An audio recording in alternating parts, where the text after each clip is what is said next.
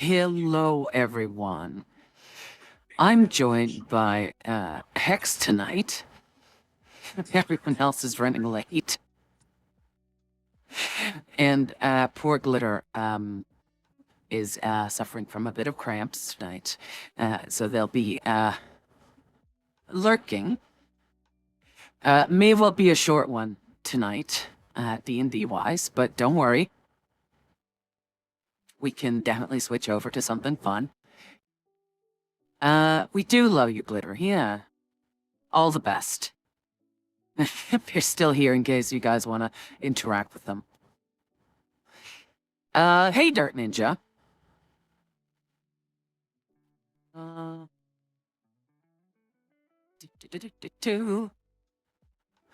But yeah, no, we can definitely switch over to something else. Why has the lo-fi stopped?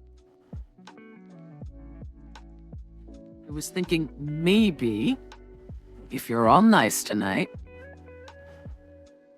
we could switch over to either Skyrim, the beginning of it. We could do some more Company of Heroes or Dawn of War with Commissar Madeline, my outfit. We could look into playing some Black and White in terms of some God games or RTS, you know, to stay on brand. I will say, just to have everyone not worry, Seth should be here. He's helping his mama. Not me, his actual... Unloading the car for the groceries, which is such a nice thing to do of him. He's such a good boy. And has said he will be joining us shortly. No idea where Nomad is. And no idea where Cody is. I hope Cody will show. Because he's my best friend, he's my pal, very... he's my homeboy, my rotten soldier, he's my sweet cheese, my good time boy. My rotten soldier. My good time boy. I just wanted to show my appreciation for Seth, too. If I have time over the weekend,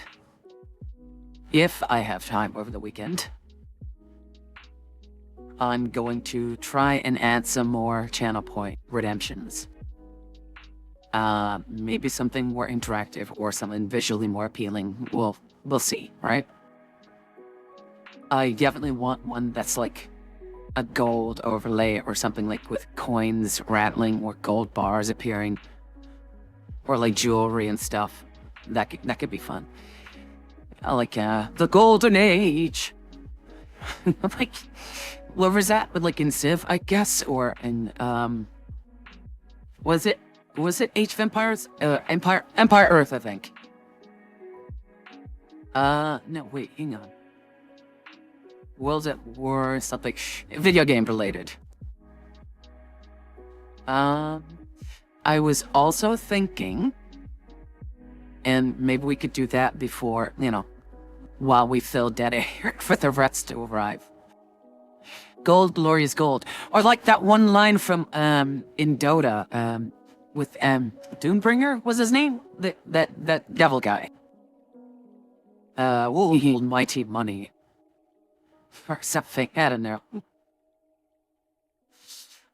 Like, yeah, when the gold coins go clickety-clack. Yeah, like wrinkle, jingle, whatever. And, I was also thinking about starting a new, what's it called? Like a raffle? No, like a poll or like a voting thing? Funny, my wife was watching Pocahontas last night. Is there like a gold song in Pocahontas? Hex, you're here. Is there a gold song in Pocahontas? Actually, there is. I forgot the name of the song, but it's when Ratcliffe was, explaining the reasons why they were there on, over the to colonize everything. Yeah, it was a good song, but damn if it wasn't, a little dark. It's not they are savages. Great song. No, not that one. Sadly, not that one. like That the- one was so good. Paint with all the colors of the wind. These are the only two songs I remember. God, those are old movies. I'll link you the song later. Oh yeah, sure. But I was thinking, I'll clean it up, but that we can vote on a new outfit, because normally tomorrow the full commissar outfit should be finished, or so Sadeki's so we'll see. I mean, at least they said they'll be working on it, finishing it up, so earliest it could be tomorrow. So that does mean that it is finished. And then what was the other one that had like the most votes? Demonic Madeline. Yeah, that could be it. I was also trying to see if I can get some proof of concept or conceptual art made for Mesozoic period Madeline. Like bigger hair, like maybe some more gold and jewelry, tattoos and tribal Primal Mad? More. Primal Madeline, basically, yeah. But like forest deity. Like deity of fertility, prosperity, all that kind of stuff. So I'm very keen what people come up with. Especially since Proto-Belgium is like very niche. Extremely niche. So think Gallic, Celtic, Germanic. Like it's a hot pot of a bunch of different stuff. So we might even just go with Gallic Madeline because it's easier to do and I get to wear more clothing. So, I mean, it'll be a lot more friendly for Twitch, I guess. Especially since we were famous for our naked warriors, so... This Too graphic for TV. Too graphic for TV. Yeah. Where the Romans were basically just all... in comparison, they were way shorter. But they had their lamellar or... you know, their armor, their tactics and formations or whatever. We were basically just, you know, guerrilla warfare people. With, like, great shield spears, and our swords were not made for stabbing. They were basically just made for swinging and clubbing and hacking. But we were so indomitable because we were huge and muscle-bound and, you know, basically naked and just painted. And like dyed hair. It's just like terror tactics. Like we would make enemies rout and encircle them. Kind of like I don't know if there's any history buffs in chat tonight. Hex, you might be a history buff, right? I do like the Roman Empire. Okay. Are you familiar with the Zulu strategies? Not like Shaka Zulu. You mean like the African nations tactics? Yeah. I can't say I have. In fact, if you have any idea, I'd like to be enlightened. So, if memory serves correctly, they basically were very innovative in the sense that they enlarged their shields into great shields, and they turned their throwing spears into swords almost. So they had quote-unquote gladiuses instead of just throwing spears. And they had tower shields to defend against the enemy's throwing spears. And what they would do was they would form a, what was it, like a Horns of the Buffalo tactic, where a heavy frontage would move up, and the back of the unit would split up into a much faster unit of flanking troops. they would encircle the enemy, who would just be like baffled, like, what the fuck is going on right now? And they would engage in extreme close quarters contact, where the spear would basically just do nothing. Like, the formation would break down. They would just start tearing them up. Especially because, you know, tower shields back then were just like cowhides with wood. And not much else, so they could just stab away. The unit would just be, you know, flanking, right? Is basically what we would have done in forced tactics. Like,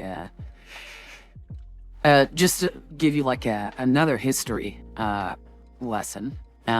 Belgians were known to be extremely good merchants and bullshitters.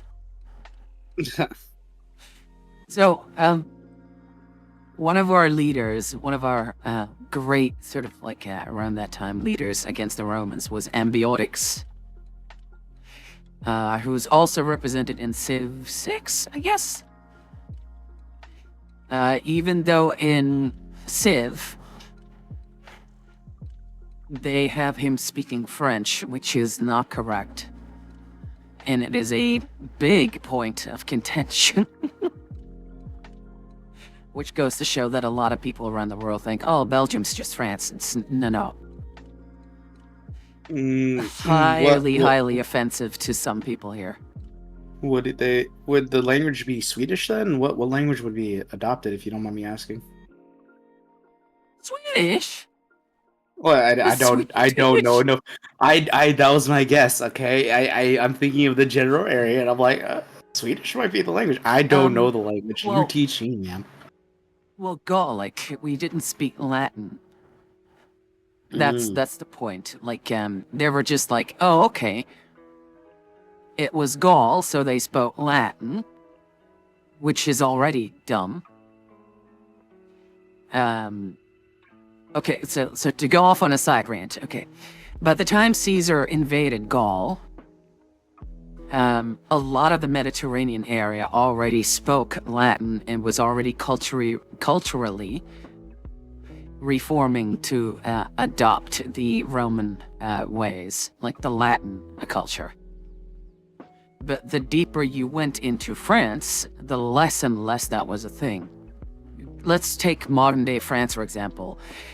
A half or 3/4 of France were already, or 2/3 is even better, were already sort of like quasi-Latinized, right? And Belgium was not a part of that. Especially not when you go closer over to the Germanic area where the original Belgians came from. The original Belgians were Germanics that basically invaded the area that is now Belgium. And Germanics drove away the Celts. Oh, sorry. I didn't want to. I was just trying to add one fun alternative fact here. Did you guys know that 5 out of every 4 Frenchmen were named Seth, by the way, during this time period? Crazy thought, really. Really?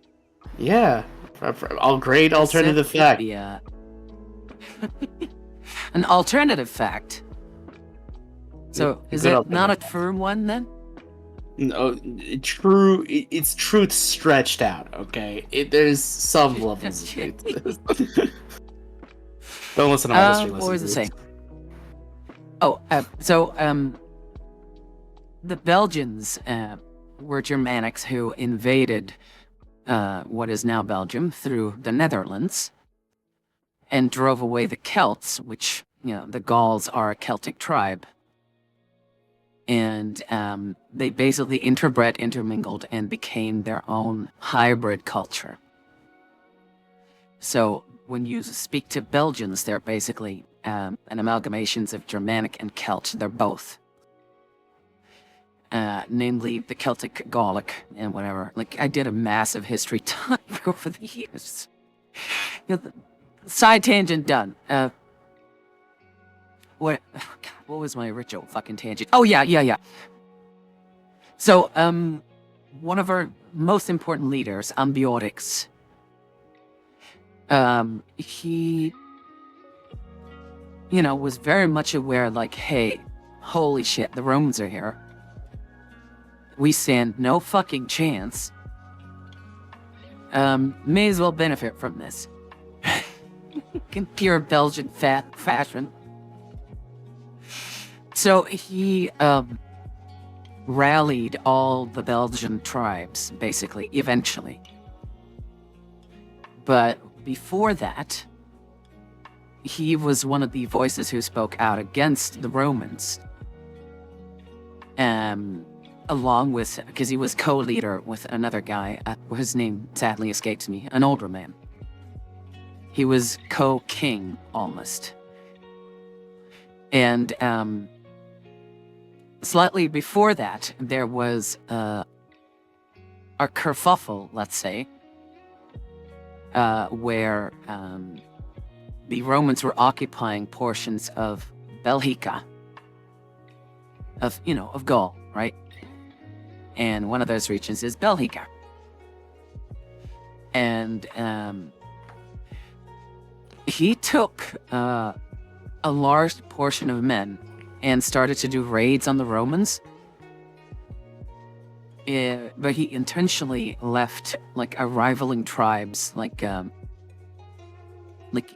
shield and equipment and stuff. And when the Romans were like, hey, Ambiotics, we're beginning raids, like, we're getting information that it's you, like, you're gonna have to stop this. Like, what, us? No, it wasn't us. We like the Romans. Like, what are you talking about? Like, we do trade, like we eat together, like all that kind of stuff.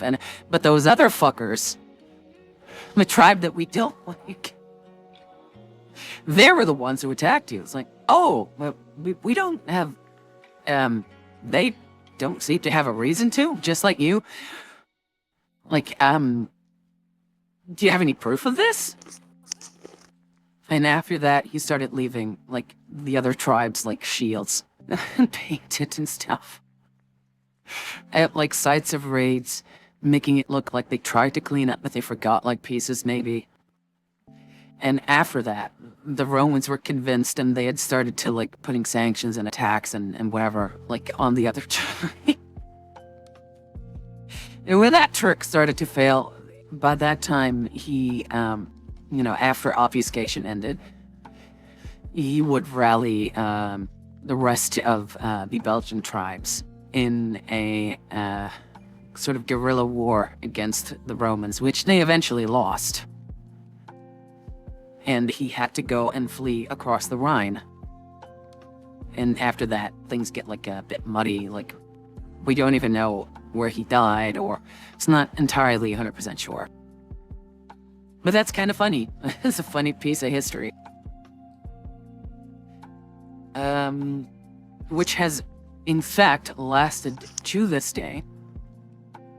And across the years, where they started to call us, like, good merchants and excellent bullshitters, there was a, when you were in Rome and you released your mixtape, Nero.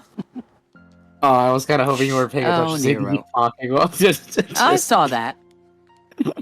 Dang, I was hoping you were paying attention. So there's a city in Belgium. And I believe at that point, Belgium is like a contested area between France and the Netherlands. But at one point, all of Belgium was Flanders, the region where I'm from. The great dukedom of Flanders.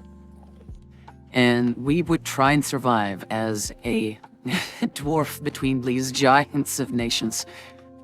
To this day, historically, those negotiations that we did from then have lasted up to now. For example, we are not allowed to partake in any war. We are not allowed to declare war. We are not allowed to openly support any European sort of nation or outside of that with any war as part of an agreement that we have with the UK. Because if we're ever in a war, the UK is supposed to come and help us. And that came along because the Netherlands and France were so like eager to exploit us, and also partly because we have one of the largest harbors and docking logistic areas that, around the world, with the biggest ports around the world, which means, a lot of economic power potentially. And one of the things that got us that sort of like protection was, hey, we want the English to protect us from the French, who continuously threaten to invade us and like exploit us and whatever. And in exchange, we'll give you our wool and our fabrics and stuff. Like we'll engage with trade with you. And we became known as like merchants from that era. Like we had to be represented by elected citizens and mayors. We didn't have any official sort of like a leader at that time because it would always be contested. Also, for the true historians among us, I'm just trying to give my recollection of facts. I don't have a degree on this, just this is my recollection.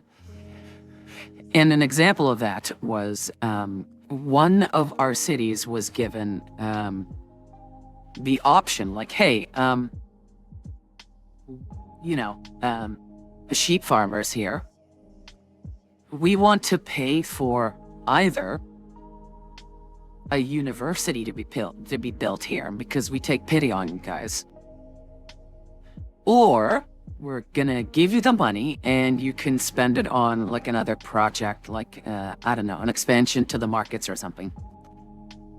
And the locals were just like, fuck it, fuck the university. We will take the money and we will expand our markets. And like the nobility were just like, okay, stupid sexy Flanders, goddamn it. And the nobility were like, okay, do what you want, idiots. Like, you favor, like, trading sheep over getting an actual education for your citizens? Fine, fuck it then. And in like a decade or something, through shrewd sort of like use of the markets and like expanding their capabilities economically, they were able to fund their own university. So they were like, fuck handouts. Yeah, don't give us fish, just give us the means to fish ourselves. Like, if you want to, boost that, that's fine. And they became so economically powerful that they were able to build their own university after that. And after they made that decision, they were mockingly called, which is another great tradition we have here in Belgium. We mock each other, or people mock us, and then we own that name with a sense of pride. And they called them the sheep's heads. Or in Dutch, the schapenkopper, which is a derogatory term, like, you're as, like stubborn, or you're low-born, and you're just sheep herders and like the sheep's heads, basically. And to this day, people from that city use that term to identify themselves to the outside world with a sense of pride. Where I'm originally from, and this might be doxing myself a little bit, but very few people will know this. It was the entry into the main city of Antwerp in Belgium, where, one of the biggest harbors and docking areas is, right? God damn it. Sorry, I can't help it. No, it's fine.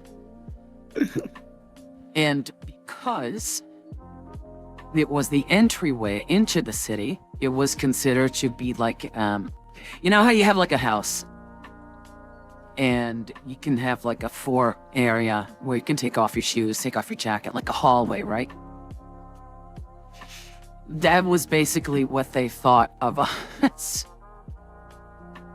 So we were basically just like an area that made straw for all the horses that passed through.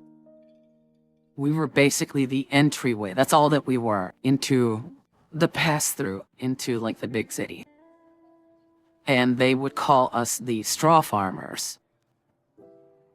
Basically. And that is a term that we still use to this day. Little did they know that we made a fucking killing. Like, just supplying this major hub of city with straw. So, you know, we have a lot of terms like Gomte, which is ass area. Reti, another ass area. Because Kont and Ret mean ass.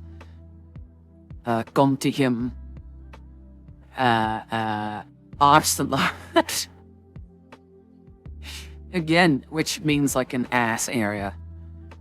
So we just refer to each other as assholes, or like, oh, you're from lowborn, you're dumb, you're stupid.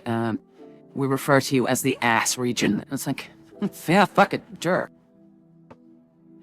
We'll take that name and we'll run with it. And it's just like a bunch of history. But where the hell is Seth? How long does it take to pull out bags from a car? Yeah, What do you mean you're right here? I've been here the entire time. Yeah, you remember when I made that joke about like five out of every 4 French citizens are named Seth around that time period? He was here for a while, he didn't respond, so I was like, oh, I guess he's AFK.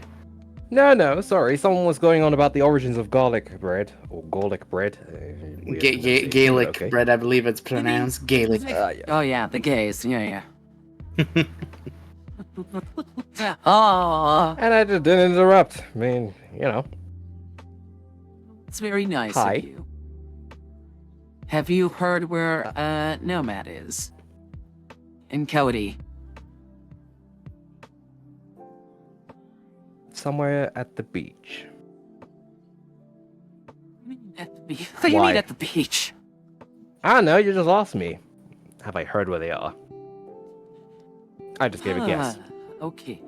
No, I do not. Well, Welcome back later. okay, it could be that today is going to be a short one. We were waiting on you, Cody, and Nomad. I don't know if Nomad Cody or here. Nomad can join. Nomad is I'm here. here. Oh, Glitter's back. Oh, he's here! here. Hey, Nomad. Hello. You okay? You okay? Yeah, I'm fine. Yeah, I'm fine. I'm fine. Sorry. Did you sorry. also fall asleep like I did last week? You sound hungover. It's been a very rough week. Oh, okay. That's if there's anything we can do, let us know.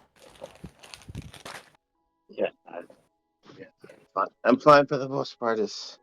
Anyway, don't worry too much about me. Let's focus on the adventure. On the D&D. Yeah. As I was saying, it might be a short one today. But now that more people have shown up and Glitter's back with her tummy issues, it might be a longer one. We'll see where Cody is. I have no idea. Is that little bunchkin online, Hangar?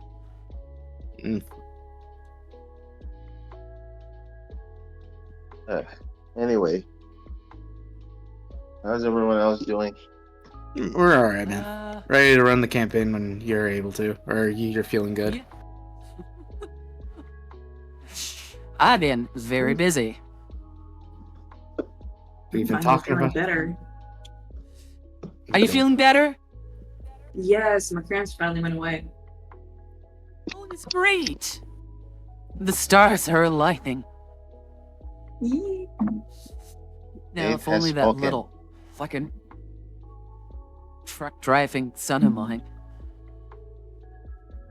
would dig his hole back into the session. Alright. I'm gonna I go was ahead and mentioning watch the- earlier. You were saying? Yeah, I got a delay on my thing. Sorry. It's okay. Before you start, I was gonna say we have a new option for an outfit, and tomorrow the commissar thing should be done at the earliest. And if we do make it a short one today, depends on how far we go. I can still stream a bit more. We can do fighting games, RDSs, black and white, Company of Heroes. We got you covered. And I might even do some Skyrim. Depends on what we want to do. And take it away, Hex. So, adventurers, where we last left off, the 5 of you had arrived and spoken with I believe it was Tarek, who had invited you to stay around for the next couple of days in the hopes to eventually ambush and slay his contemporary above him, so that way he could take control of the tribe. You spent the first day with specifically Foster making his way back to the city of, or sorry, not the city, to the town of Beerzen. He retreated over there while the rest of you filled your days with some amount of activities. A Nomad, you found your way to the beach eventually alongside oh, sorry, God. I'm sorry. I'm still trying to remember names here. Good. Dusk, thank you. With Dusk, you and Arvad and Dusk found yourselves over in the area of the beach where you managed to do some training amongst yourselves. You know, readying yourselves for the battle that is to come.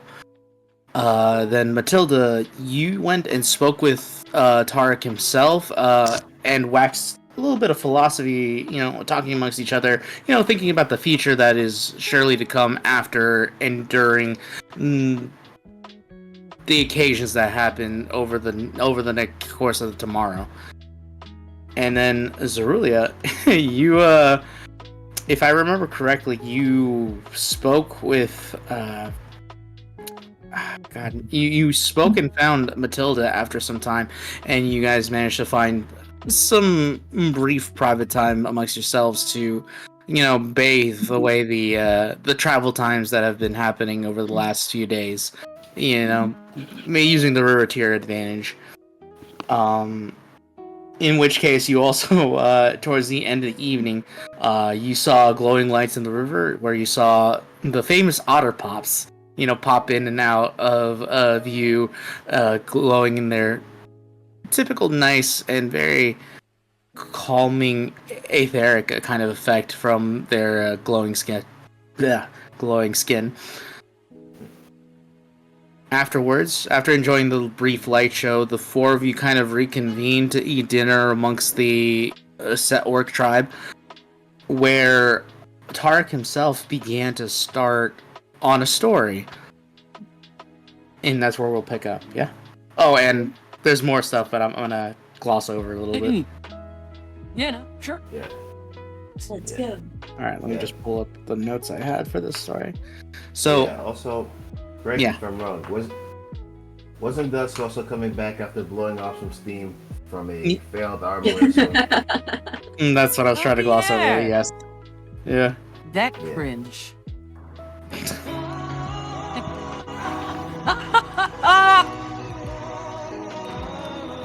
Eat shit, Seth. Mm.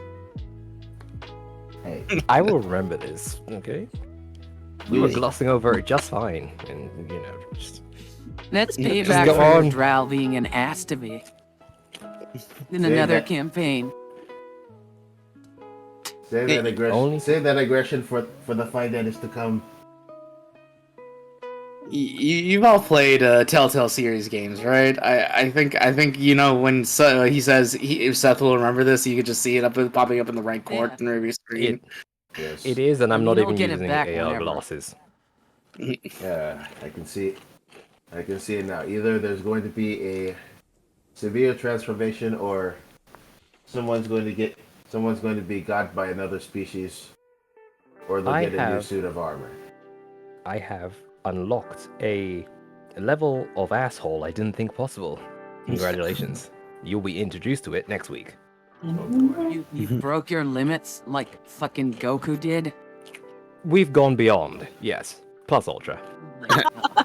Jesus. I'm gonna make it my mission to age you up 4 years. I can't wait to see your training arc, man. I need to see Yes. what happened.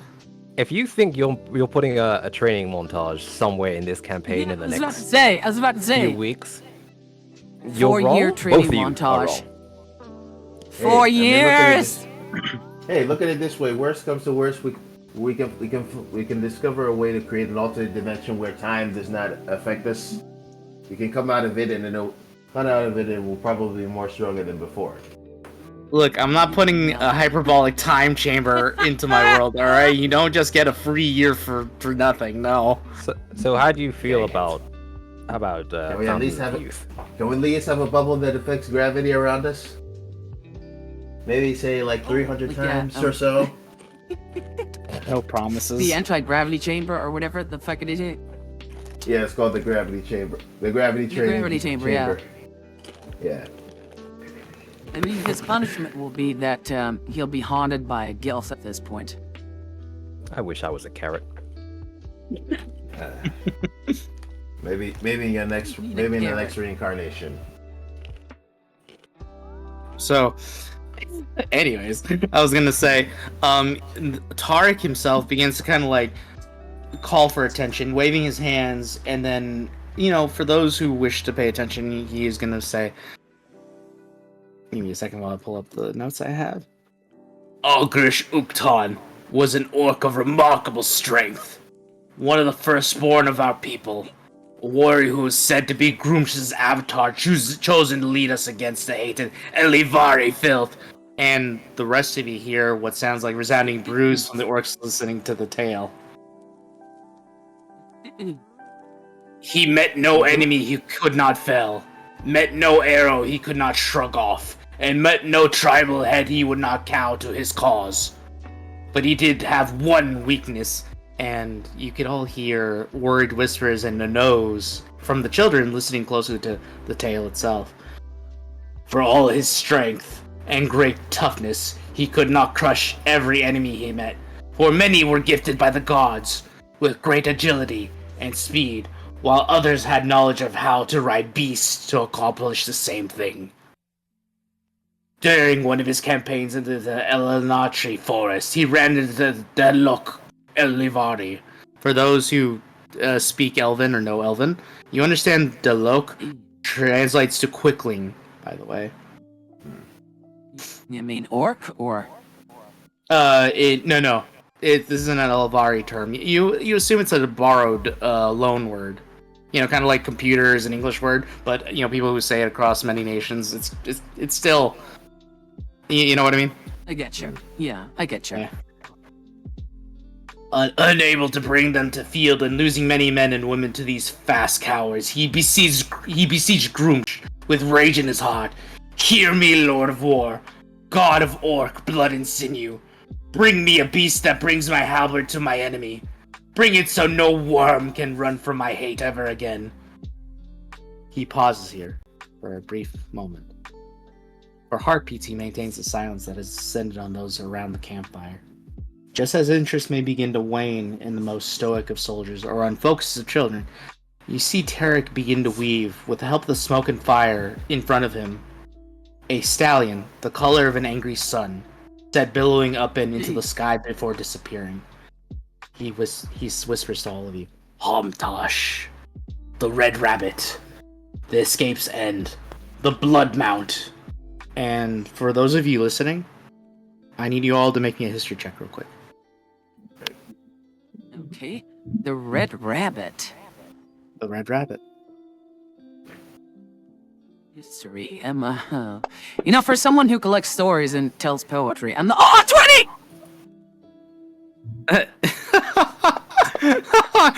Just stop talking. You already want to. It's okay. Yeah.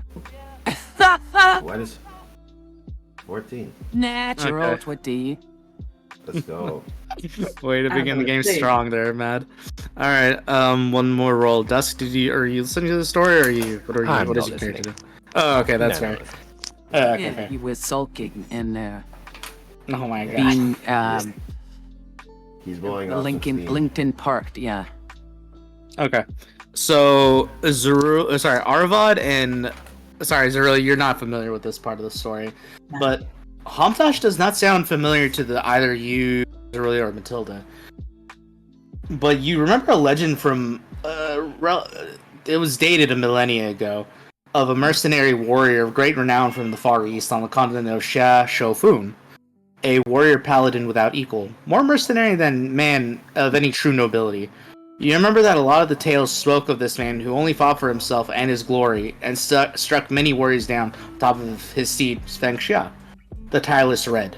A horse once promised to him to guarantee his ever-fickle loyalty from a noble. In return for immortality, an entity appeared before him and offered that to him in trade for his warhorse. He readily agreed, and now, according to legend, roams the earth endlessly looking for Fangxia, which you're starting to suspect is probably the very same horse here.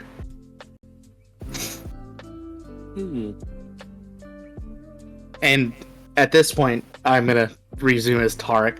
The horse without equal, bequeathed by the Lord of War himself upon a warrior without peer. Thus the two rode into the forest and slew countless within. Ogrish cemented himself within the skulls of our tribes and in the annals of blood of our foes. Remember this, my tribesmen. There is no foe beyond our reach when our when our enemies provoke us. There's a sudden hush amongst the crowd.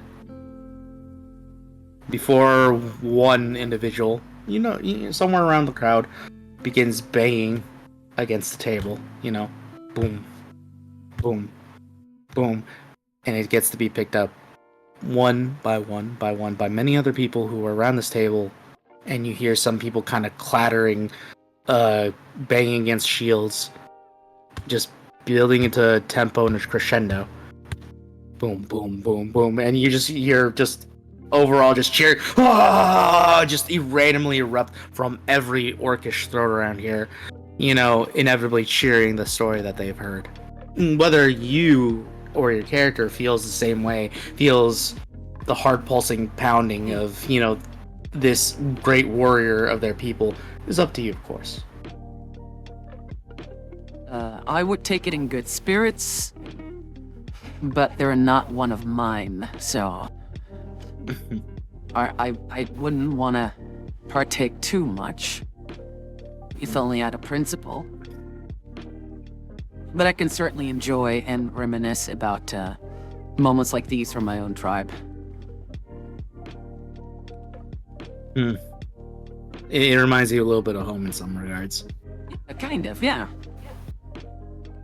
Alright. So, with everybody kind of resuming their meal and, drinking down ale or beer or whatever is served around here for alcohol, you feel that the air has changed, where originally it was once a very kind of calm, quiet demeanor evening. You feel like there's a sort of energy in the air after hearing that story. And as everyone's kind of resumed back to their activities of eating, you see Tarek beginning to make his way over to you, Mathilda. Is there anybody else near you from the adventuring party, or is it just you by yourself? I thought it was everyone besides Dusk, because he's sulking, and Foster, because he left on the horse. Yeah. Okay, I was just checking because I didn't know if, the others wanted to kind of go off and do their own little thing during all this or not. Alright, cool.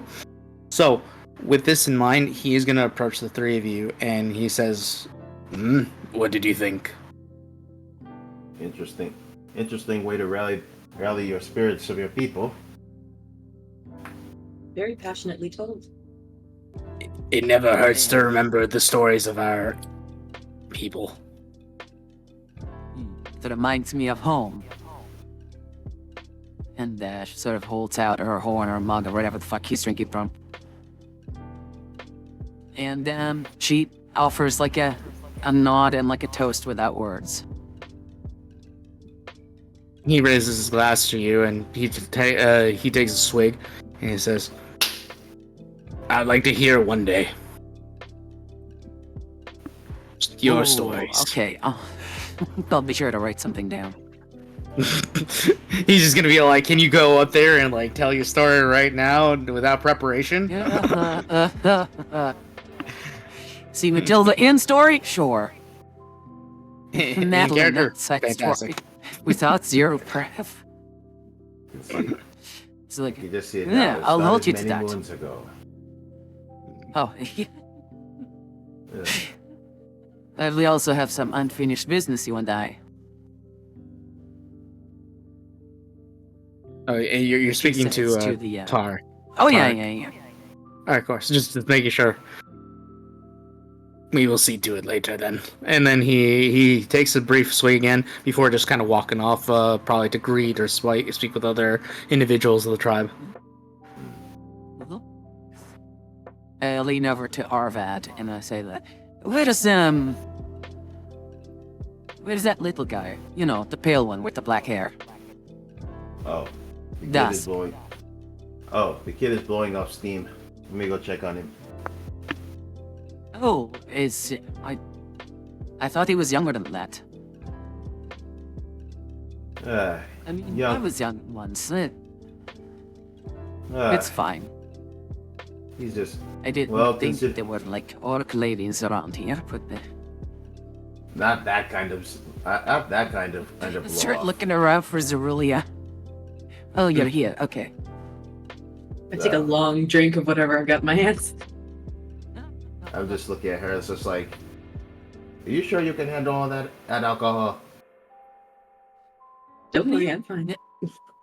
For the Yeah. for the record, it does burn. By the way, it's like if any of you have ever had like very strong whiskey, it's almost practically ethanol at this point. But it's what passes for an alcoholic drink around here. Okay, yes, that's what are you Only the finest of grog. Yes, literally 100 proof. You all right? I give mine to Arvad. All right, give me that. A bit rough, but not bad. I uncork one of my water skins for Rezulea. Here. Thank you. Have a nice long sip. Good stuff. Recovering. I lost Alright. like 2 hit points to that. No. All right. Just see me. His stats increase slightly, and then So, out of curiosity, what would the rest of you like to do? Would you like to kind of go to bed, or are you guys gonna like drink into the night with the rest of the orcs around here, or what were you all thinking?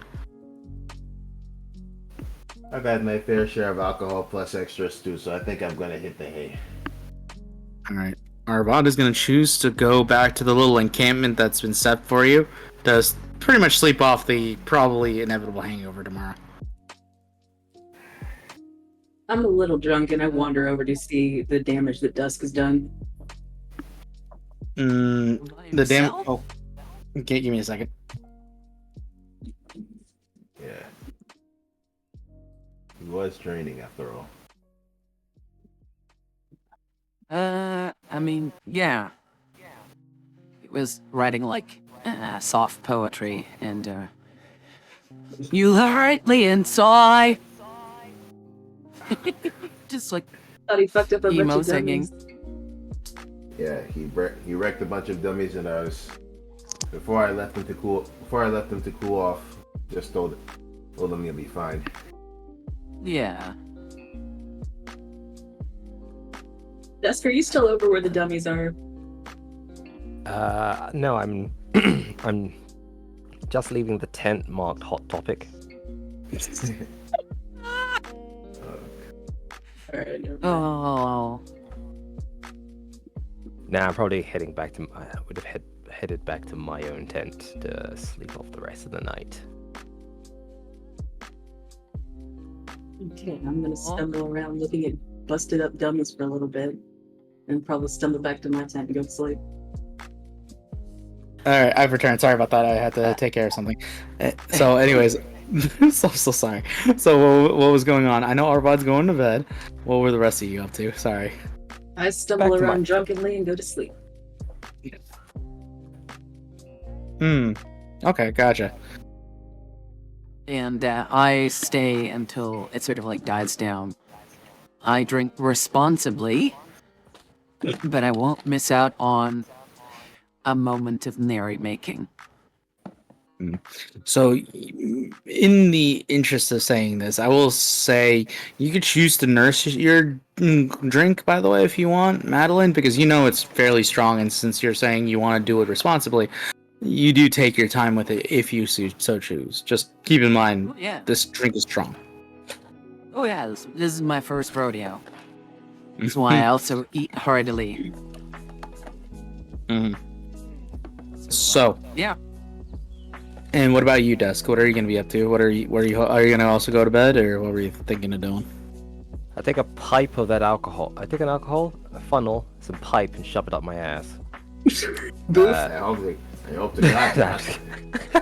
Look, man, Jesus I won't Christ. stop. I won't stop Chug, you, chug, but that's. chug. I don't know if that's a message you want to be sending to the orc encampment here. I'm just gonna put that out there. He went. Yeah, Look, plus- I He gotta went from being the gotta- quiet edgelord to like trying out for the frat dance. I yeah. gotta reimagine my image to these people. Okay, this Yeah, I don't think Okay. risking alcohol poisoning in your nether regions is going to help. If anything, they're gonna have the more reason to laugh at you. Nah, I'm just kidding. He had been to bed already. Okay. but- Gotcha. Yeah, I'd be so concerned because I'm like, I know, part of me knows you're probably kidding, but I'm actually hoping you are, because if you're not, then holy Christ, I'm gonna have to roll some stuff. So, with the majority of you kind of like stumbling off to bed of some sort, I have something for you, Rezulea, but I do want to go back to Mathilda really quick. The party kind of dies down. Some of the orcs who grab their weapons and armor and move out to the outskirts of the camp itself. You imagine they're probably going on guard duty. Some do inevitably kind of topple where they started the party, or where they choose to end up. Point being, no one's in any genuine danger at the moment, but most orcs, either stumble into their tents or fall dead asleep where they, were enjoying themselves. The campfire itself is starting to be quenched a little bit. Some Yeah. it's starting to become a quiet evening. Rezulea, I'll say, What? would you mind rolling me a Constitution saving throw real quick? Oh boy. Yeah. If I can remember to do that. Constitution. Oh boy. All right, Arvad, you'd say you drank a lot, right? Reasonably. Roll me a perception check at disadvantage, please. All right. He- Let's see if I can validate my parking. He's gonna wake up married. One more roll, please. All right. And they said perception. No, yeah, I said perception and disadvantage. Yes.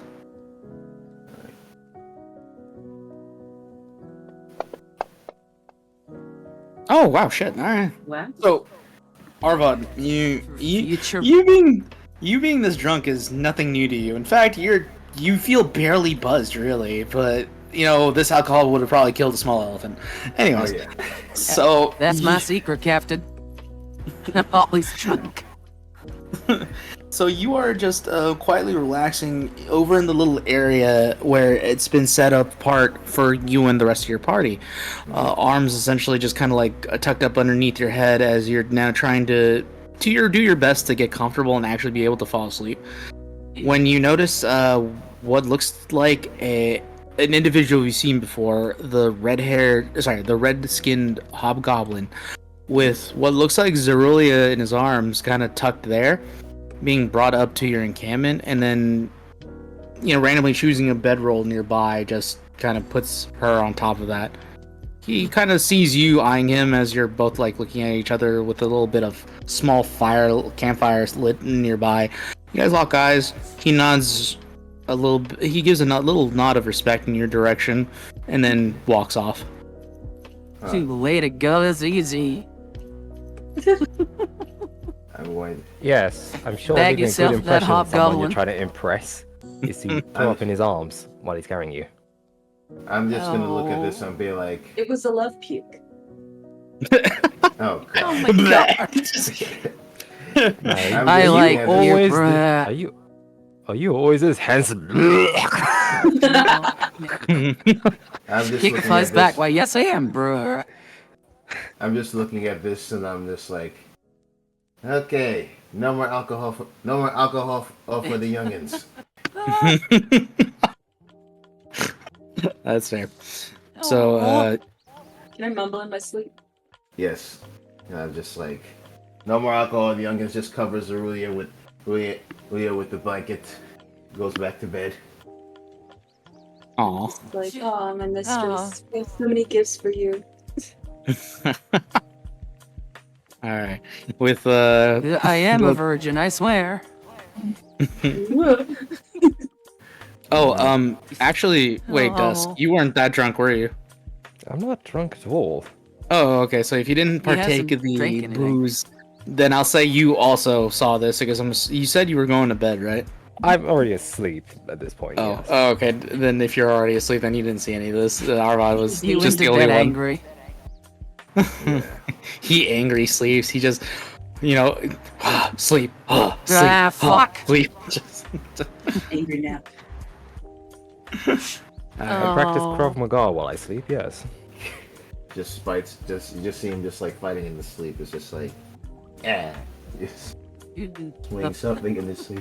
Randomly kicking someone. Or, So, everyone's gone to bed except for you, Mathilda. Did you want to do something, or we're just keeping an eye on the camp itself? Oh, just random, taking in the atmosphere. And again, attempting to sort of like, not directly doing like social, how do I explain this? I want to kind of connect or bond with these people and try and get like a vibe from them, as if I were back in my own sort of tribe, or like surrounded by a bunch of angry, violent drunks. Just home. Just All right. getting a okay. feel for things, and just when it sort of dies out, it's just like, well, guys, it's been fun. Yeah, stretch and then go back to the tent. All right. Since you're trying to get not only just a feel for, the energy of the tribe itself, and you're trying to make friends, I need you to make me 2 separate rolls. I need you to roll me an insight check to obviously kind of like gauge the mentality of the orcs in general. For the immediate, at Would it least, feeling help? of them. That I'm drinking responsibly, but they may not be. You would have to drink a lot more, or would have to have been drinking a lot more for that to happen. Hey, Sorry, I'm thinking about that. Yeah, sure. Yeah. I'm just trying like to wondering if it's worth the woo you advantage with my or not. wiles. Okay. I hope. If that's how you intend to win people's favor, so to speak, I mean, I'll say you could definitely have advantage on the persuasion check, and the persuasion check is to kind of like, make friends, so to speak, because you sound like you're trying to do 2 things, right? Which is, one, you're trying to gauge, like you said, the overall feeling of the tribe, but you're also trying to make friends, so that's kind of like 2 separate roles, It's more difficult for someone to want to stab you in the side when they're like, Madeline's okay. Like, instead of, oh, this red-headed stranger. Yeah, sure, easy. Okay. So I'll give you advantage on the making friends roll, aka the persuasion check. Yep. Yeah. But the Oh, insight will goddamn. just still be. Is that your insight? Okay. You feel reasonably assured that the energy that you've already felt, which was these are clearly, they remind you of your own tribe. They are they're warriors first, and they are raiders, but they have some sense of honor, even if it's not necessarily one that's shared by your culture or any other culture for that matter. They are definitely more noble savage than I would have given them credit for.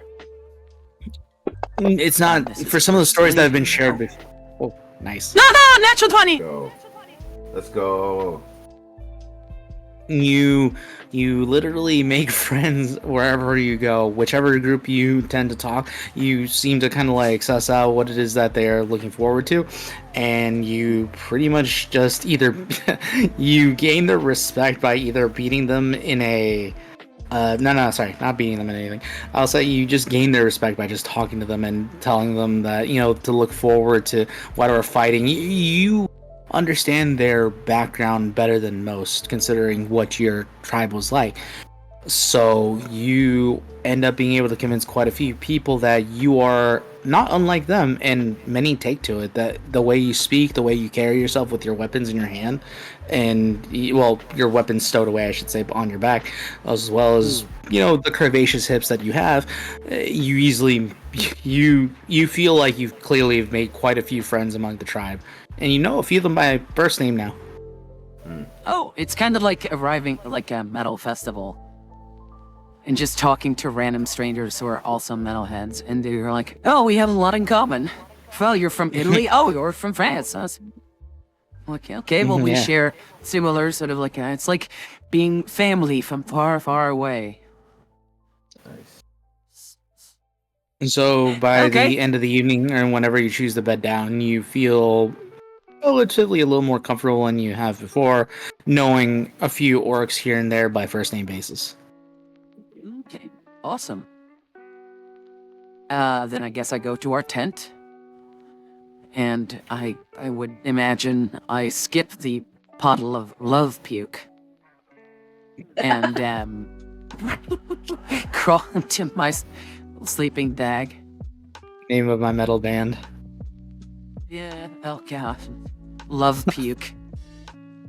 That would be, honestly, that actually does sound like a metal band. And if somebody made that, I would be amazed and if they were. I wouldn't be surprised if it's not already a thing. Yeah, don't mind me. I'm just trademarking it real quick. Don't mind me. Hey, I'll make the t-shirts. I'll make the t-shirts and merchandise. Alright. We could sell love puke with like glitter in it. Because it's glitters love puke.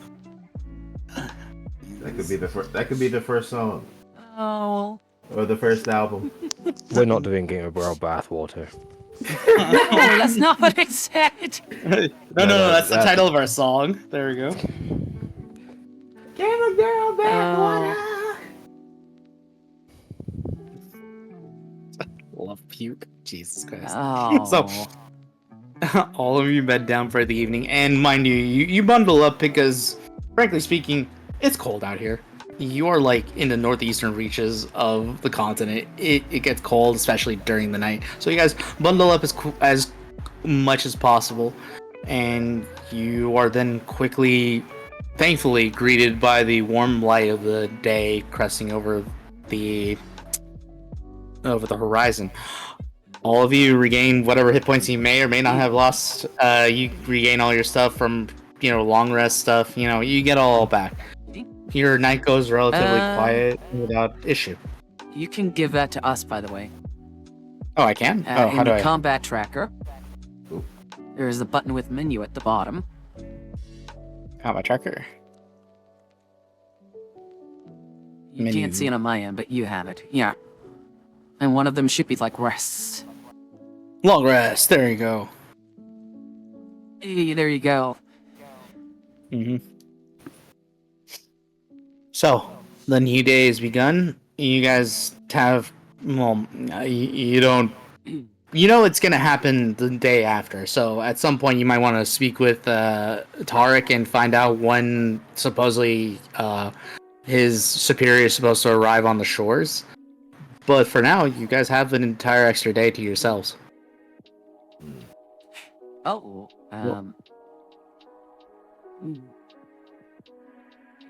I guess, I'll ask around whose love puke puddle that is. No, Not weakly it. raise my arm. It's mine.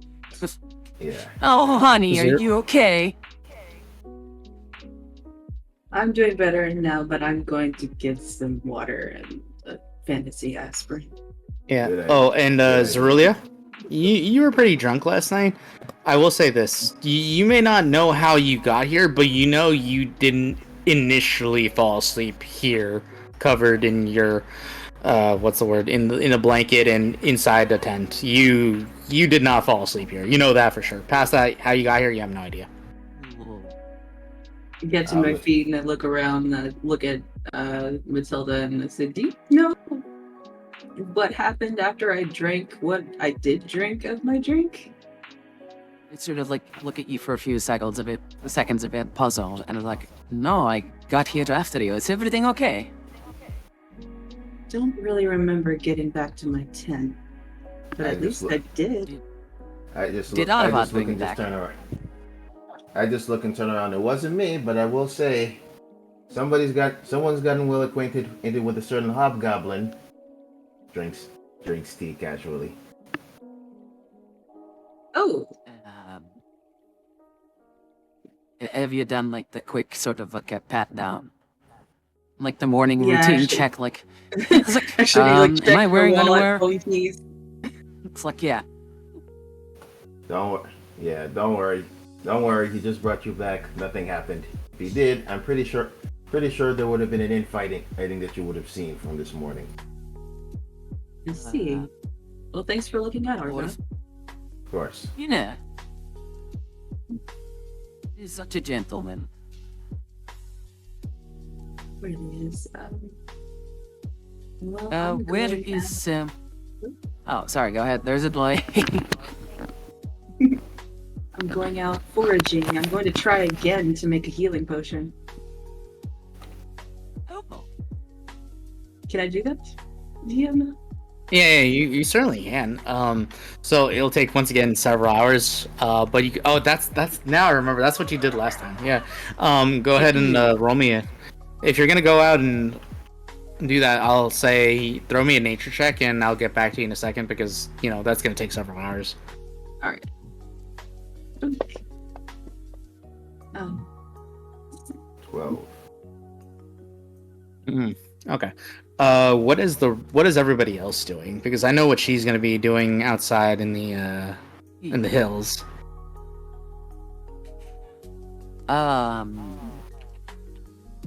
I'm going to do my morning routine, and I'm gonna try and look for Dusk. Dusk is, if I recall, he made it here. He hadn't drank, so he is here in the camp where you woke up. What are you? He's essentially in his tent. Well, I go and fire up some food for us. And then I'll if he's still in his sack, or no, that's not gonna work. Hang on. Bedroll. If he's still in his bedroll or sleeping position or whatever. No, I arrive with oh, you're not? I would be sitting up normally, just meditating again. Okay.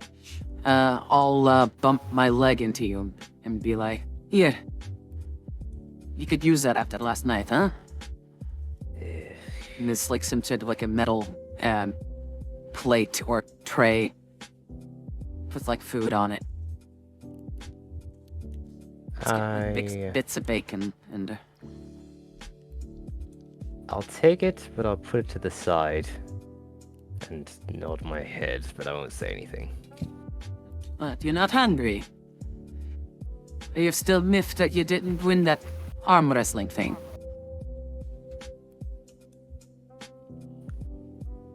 No, it's not that. Oh, okay. Well, you got to eat up, huh? You're still young. You have a lot of growing to do. Clearly.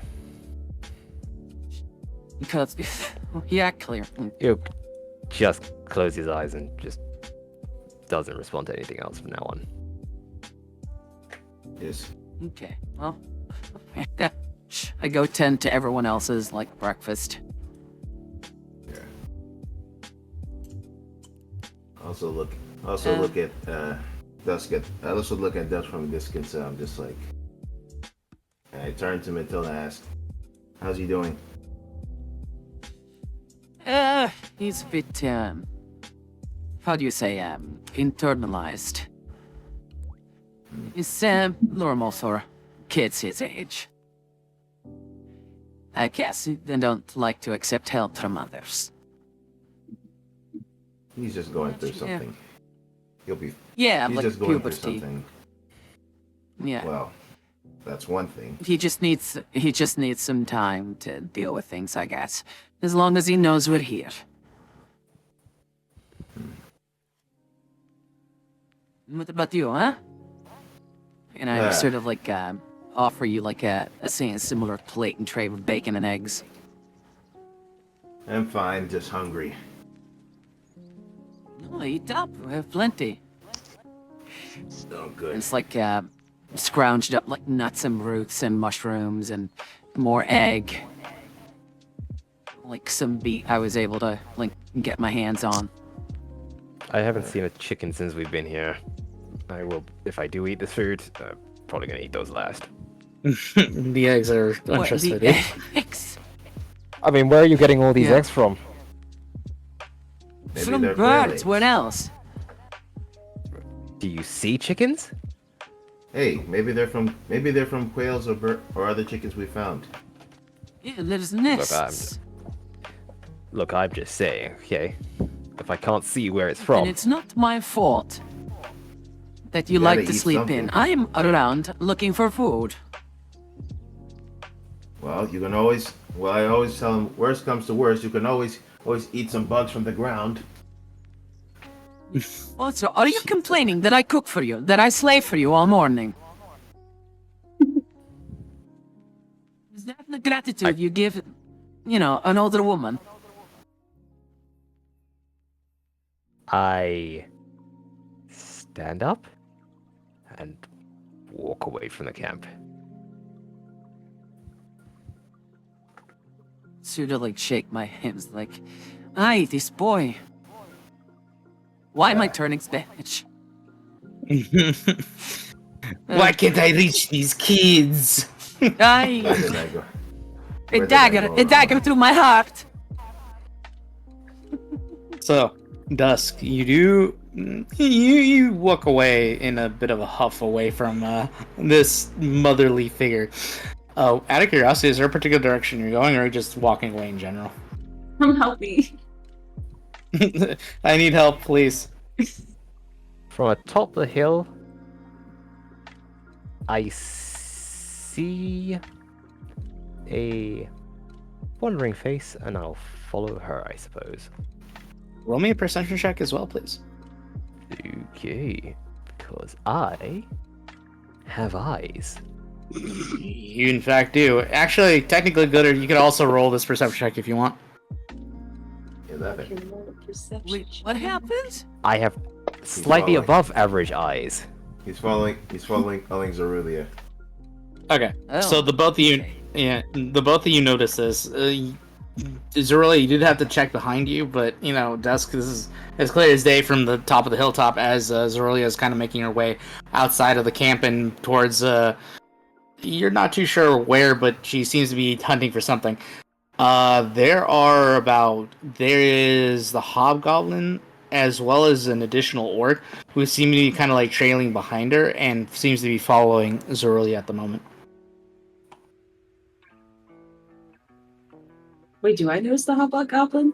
Yes, you do. I said this is for the both of you, but the hobgoblin is following you with an additional orc. So essentially, an orc and a hobgoblin are following your They're not general just- directions, really. In a general direction going, or are they are they actually seeming to follow? Yeah, they seem to be following her. Like she is going north, and they're also going north. So unless like this is just you're not sure, you don't assume this is a coincidence. Chaperoning. Okay, I suppose I still follow. I mean, I'll catch up. I'll catch up with her. Alright.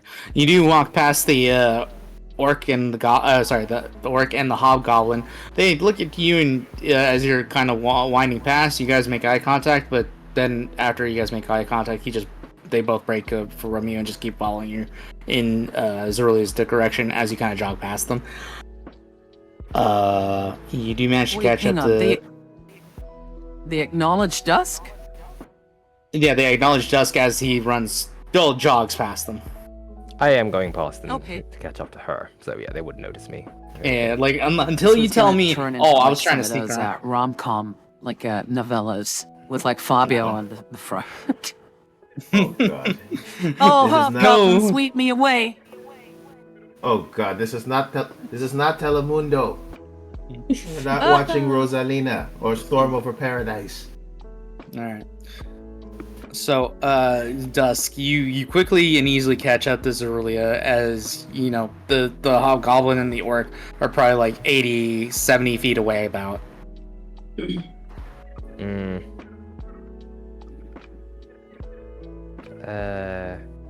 I guess if I'm with Rezulea about at this point, I will ask. So what are you doing today? Well, I was searching for components for a healing potion, but I just noticed there are two guys following me. It seems like you passed them. Did they say anything to you? Nope. There's nothing out of the ordinary, other than the. Nah, nothing noteworthy for me. Why? Okay. You didn't Uh, catch that's her something. boyfriend's name. No, this is gonna bother me. We have to talk to them. So I stop where I am and I wait for them to catch up for us. So here's what happens. They do manage to get to within about 40 feet of, you, and you're both kind of like looking at each other, but they don't seem to move closer, or they don't seem to like wish to move closer to interact with you in any way, shape, or form, but they are clearly keeping an eye on you. I just sort of look at them questioningly for a few moments to see if they're gonna say anything, and then I ask, is there something I can do for you? Oh, you're calling out to them? Yeah. You call out to them in common. They kind of like look at each other before kind of looking at you. And the hobgoblin, you recognize him from, being here multiple times. You know this person's Richter. This man tries to, move his hands in a certain way, almost like he's casting a spell, but he's not, because you don't see any like magical notes appearing into the air. Nothing particularly looks like it's happening, but it looks like he's trying to repeat the same thing over and over. Go ahead and both of you, because you're both there observing this happen, I need the both of you to make me just a straight intelligence check. Just roll me intelligence for me, please. I'll save you the trouble. I'm not gonna roll at all. I have no idea what's going on. Okay. Okay. You both know to some degree he's trying to communicate, and he's repeating the same hand motions over and over. You, Zerulea, you might have heard of this before. He might be trying to communicate in a language that doesn't require a vocal component to it. He might be communicating the one way that he might be able to, which is through hand motions. You think he's speaking in some kind of ASL. Oh. Sign language. Mm-hmm. Well, this presents a problem. You ever wonder why he was the big? Have you ever wondered why he was the big, strong, silent type? I didn't think about that. I look to the guy that he's with and I ask, are you able to translate for him? Oh, I'm so sorry. He looks confused as you address him, and he replies, "Orga." He only speaks Orcish, man. Oh, this is going to be difficult. And I'm not there. Okay. Well, I Where's do it? remember what Arvad said about Richter. So Gotta I watch out for say, return. Oh no, he saved you. Sorry. yeah, I say to him, thank you for helping me out, and it seems like maybe you're trying to do that now, so thank you. And I do the only sign that I know which is thank you. Oh, for a second there, I thought you were gonna flip him the bird, and I'm like, oh no, God. I Why thought would you were you gonna do give it that? like a thumbs up. Okay, yeah, the thumbs up, yeah, that. Cody, He- give a thumbs up. he takes a moment to kind of look at what you're trying to do, and he looks like he's trying to, smile at, but he's doing his best to hold it back, and then he nods in your general direction. Oh, so the hobgoblins Oh, are someone's softy. got a boyfriend. Or a stalker, you never know. You don't know what these guys do. Mm. That's just, oh, Times are God. different That was- then. That was not meant to be a. Oh God. Anyways, So Okay. meant to be a positive, yeah. Okay, Yeah. so mental note. Zarelli needs to stay away from alcohol and tall, strapping, epping monster men. And not just the I need Rollinger. I need an That actual goes adult. double for you, sister. so the both of you skedaddle, so to speak, after having this brief, if quiet, conversation. And they do still appear to be following in general direction. So unless you guys are actively trying to lose them, they will be your constant companions for now. No, I'm fine with them being here. So I go ahead and clue them in. I say, okay, guys, so right now we're looking for components for a healing potion. You don't have to help us look, but that's what we're going to be doing for now while we're out here. And then I just go back to doing that. Help Got me, it, got it. Tarok. Your hands are so big. Oh, I thought this was an adventure, not a rom-com. It could be whatever we want it to be, guys. Alright, anyways. So, Dusk, out of curiosity, are you going to be doing anything while you're kind of out here speaking with us earlier, or what were you hoping to accomplish out here? Are we going out with baskets or something? Not that I recall you guys mentioning bringing baskets along. I'm just sort of using my robe. I mean, that works. Don't knock it till you try it twice. You want a basket? I'm assuming that there's some sort of basket box, something laying around the camp before we go. Alright, so I'm guessing you stop everybody, be like, hold up, I'll be right back, and you go get a basket. I won't stop everybody. I'll just go off and come back, catch up with them. Okay. I just see So, it now. So I with need all this, a basket. it does take a little bit longer than you anticipated, Zorlia, but I'll say you could roll the nature check one more time if you would like. But with Dusk, and after about an hour or so of looking, and what was it? It takes a while, but Richter does begin to kind of help you out. And he looks around, so technically you have an advantage on this roll, so go ahead and roll me a nature check one more time. Aww. Basket. I said basket. Why the fuck have you bought a goat? Oh. Nice. Oh, that's a good roll. Well, I mean, okay. I'll say with the 15, you do manage to find some of the ingredients that you would need. You didn't find it last time, but now with you kind of like scavenging with 2 extra helpers in a basket, you are able to, over the course of the next, I would say, 5 hours-ish, as you're out here, manage to get enough to make about, you feel, might be 2, maybe 3 if you stretch out the ingredients, health potions by hand. Oh, wow. Excellent. So can I just add those to my inventory? Not yet. I will ask for another roll, so I'm assuming you're probably going to take the evening to get the ingredients together and more or less synthesize it into an actual usable potion. Yes. Okay, So I will ask for a roll, but I'm gonna ask for it later. So because I do want to go back to the other two if I can. Okay. So that'll be more or less a majority of your day is just gathering the ingredients. But you have feasibly the ability to make 2 or maybe even 3 of these potions, depending on how well. Okay. Yay. All right. Going back to Mathilda and Arvad. All right, Mathilda, Arvad, you've literally seen Nomad. Or sorry, not Nomad. Dusk come in. Or sorry, he was here, then he's gone. What are you doing in the meantime? I want to get some more. Yeah. I want to get some more training in. Okay. So start stretching. Start stretching. Maybe just like cracking some of my knuckles. Maybe my neck a bit. Roll my shoulders. Be like, okay.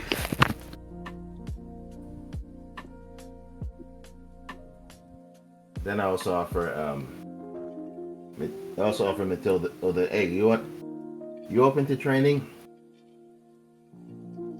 It's like training. Yeah. Just some weapons training. Just- Just some weapons training to keep my skills sharp. Okay, I have like an axe on my neck and like a log under my arm. It's like, oh, aren't you strong enough already? Strong, yes, but just because I'm strong doesn't mean I should slack off. Fair enough. Let me just finish cleaving this wood and I'll see what you're up to. Maybe I Alright. can join you, huh? All right then. I I just proceed to just start punching, kicking the air, practicing forms. All right. So it doesn't take you too long to chop some of the wood that has been provided for you. It takes you like what, at most 30 minutes. You're a fairly strong and efficient worker, so.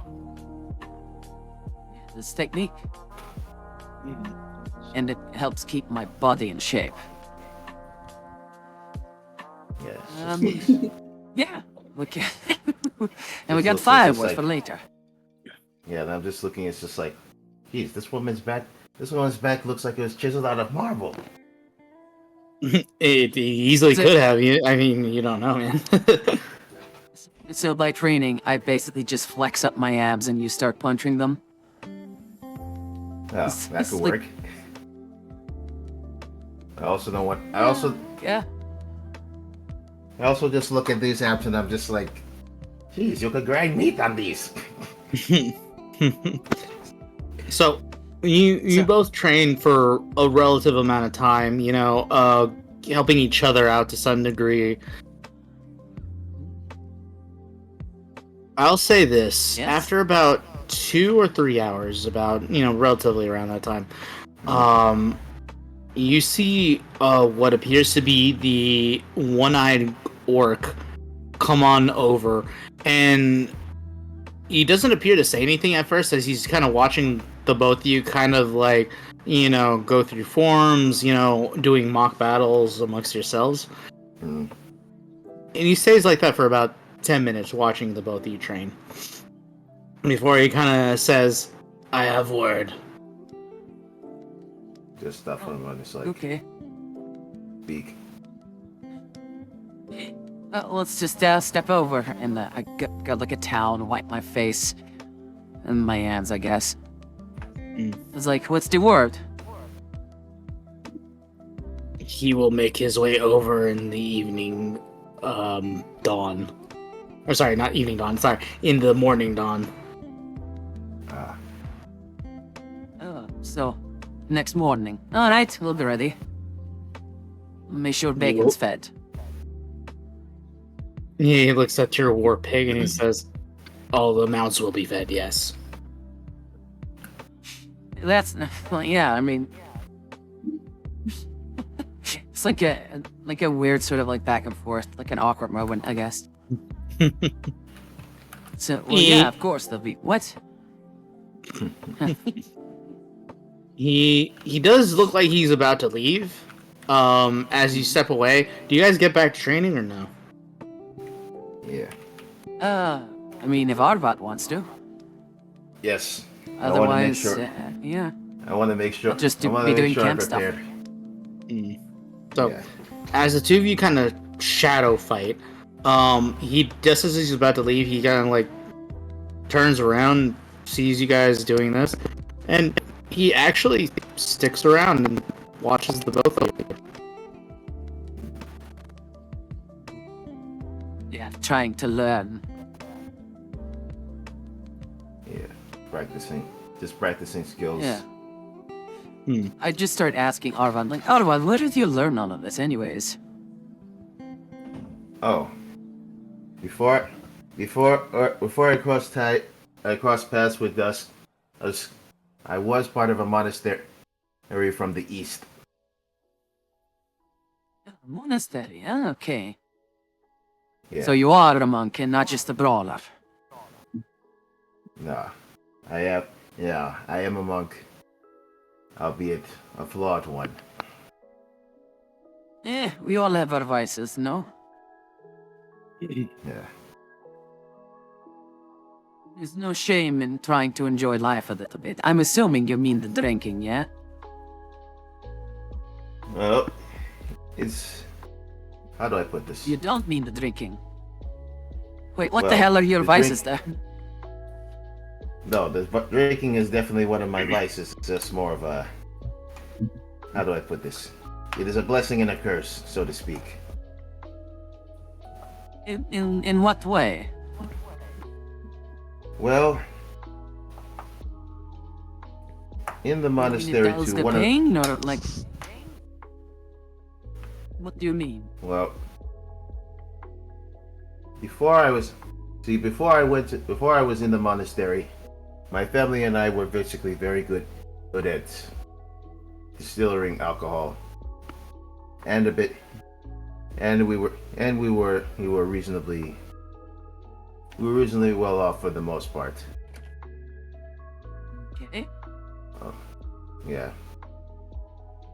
And then they sent you off to a monastery, or what do you mean?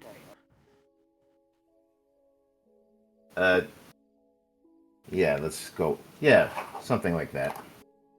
So, anyway, I There went is to a the lot about monastery. you that I don't know yet. But, I'll try and understand.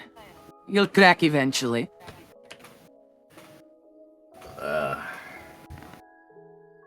Anyway, Arvad, Up against it. It's like, changing the subject. Arvad, after she says that, you do hear somebody call from behind you. She says, "Don't let her break you that easily." what? You're still here? And he laughs as he like actually begins to move away and probably get off to his own business.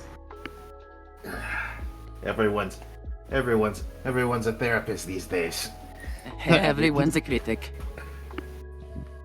But to answer your question, I did go to the monastery of my own volition to practice as the skills you see me perform now, as well as some alchemy, which has helped in my understanding of distillery as well as chemistry as a whole, even healing. You mean like Rezulea? In a way, although I would say it was Rezulea, hers has a stronger base of magic. Mine is based more on practicality. Oh, okay. So you can make like poultices and then bombs and all that kind of stuff. Yeah, I would say Rezulea is probably the better healer compared to me. Well, good to know. Like you make like acids and all that kind of stuff then. Well, herbal medicines that could be useful in small things. Anything that helps. I'll have to keep that in mind. Like maybe Yeah. like antidotes, poison, or. Yeah. Interesting. You're full of surprises, Arvad. I try. You know, people tend to forget that under a lot of muscle, there's a lot more than just emptiness. Yeah. You know, Speaking of am I saying that muscles. phrase right? People tend to misjudge people like us. Yeah. Also, speaking of muscles, how did Yeah? you get such a built body? You have abs that look like they could grind meat, and the back of an ox. She's, No offense. what do you mean? That was born this way. I was just built You should different. see, you should see the man of my tribe, huh?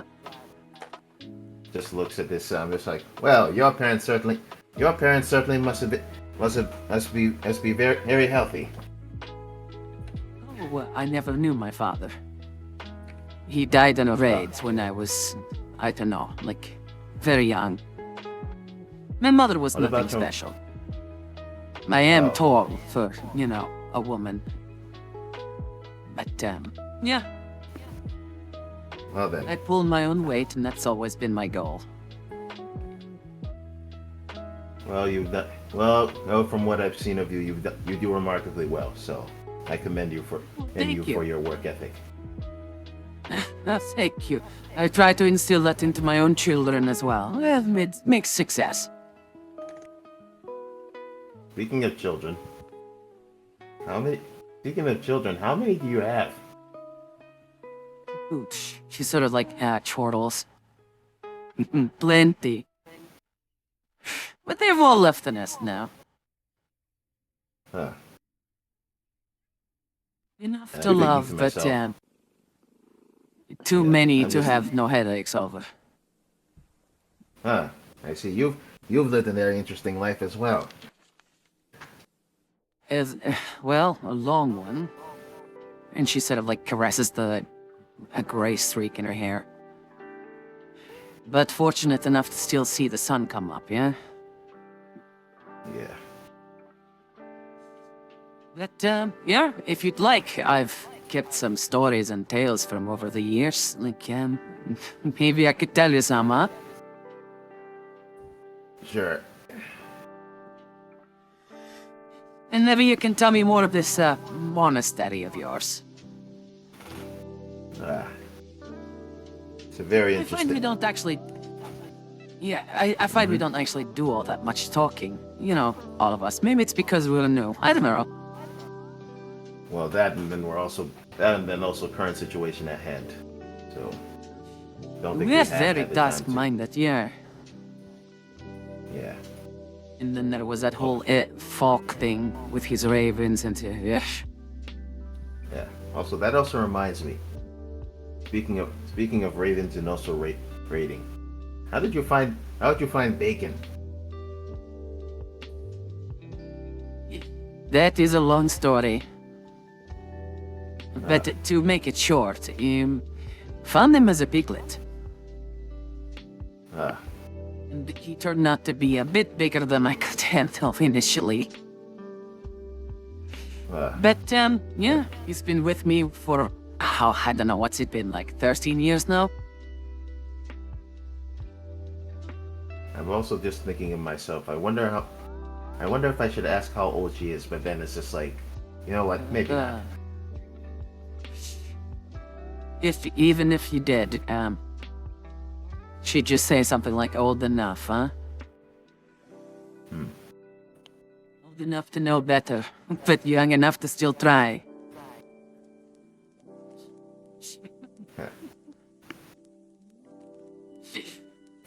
You probably get like a hip bump into your hip. Ah,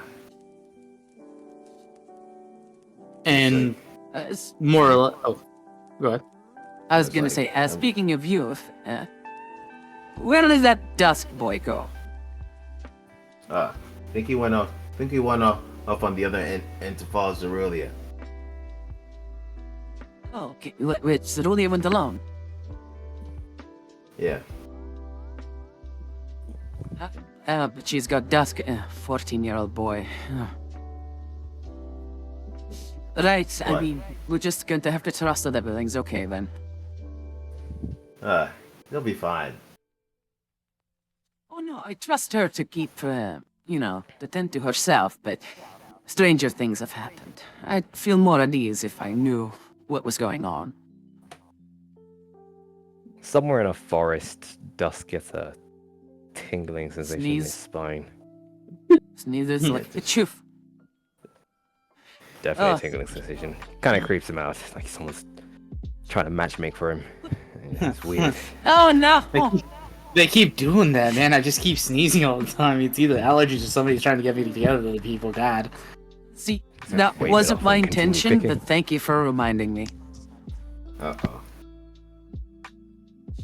I'm Then again, just you're wondering for if there's... fucking tea. Yeah. Also, that also makes me wonder.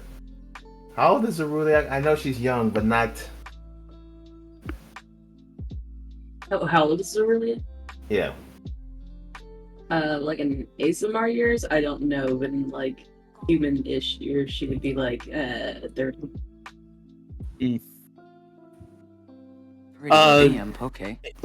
Yeah, ASMRs tend to live relatively, if I remember correctly, as long as humans do. So it's a relatively similar lifespan.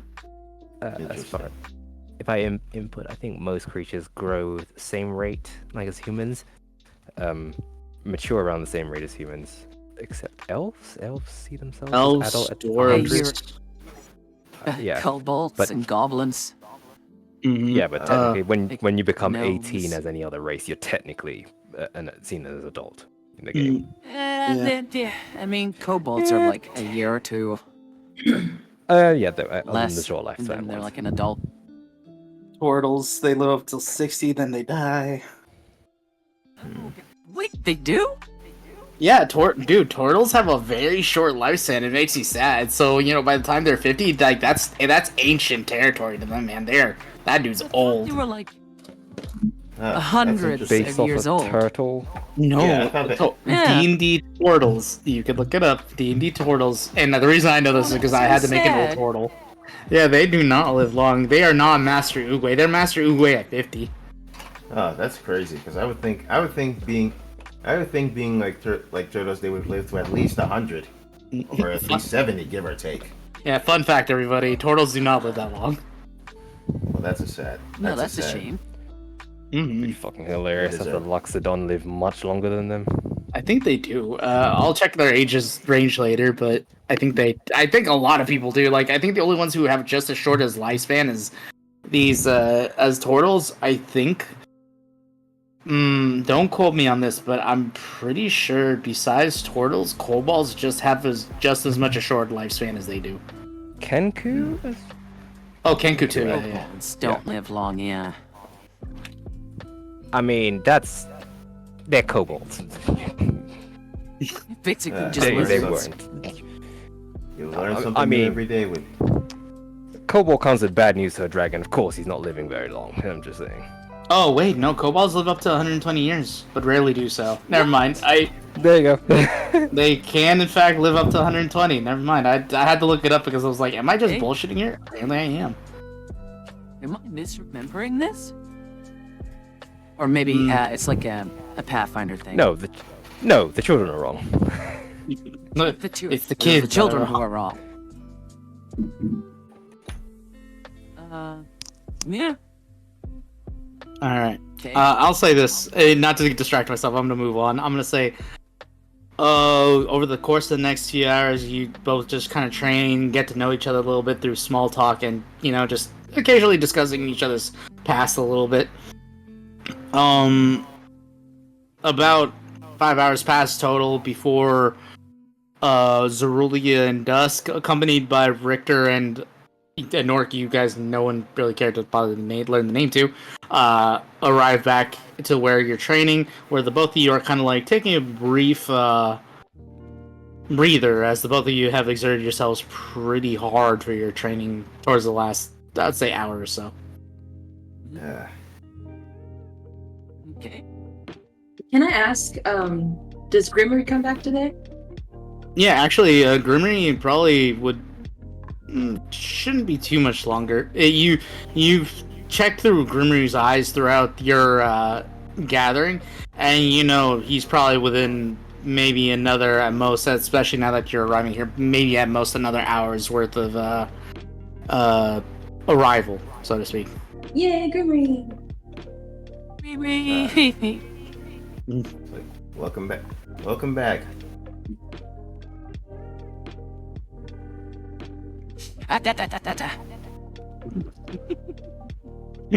So, all four of you are gathered at the Oh. moment. I'm guessing you're gonna try to prepare the ingredients to synthesize into health potions.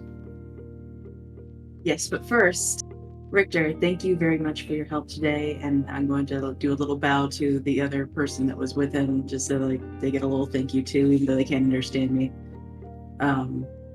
But I've got some work to do.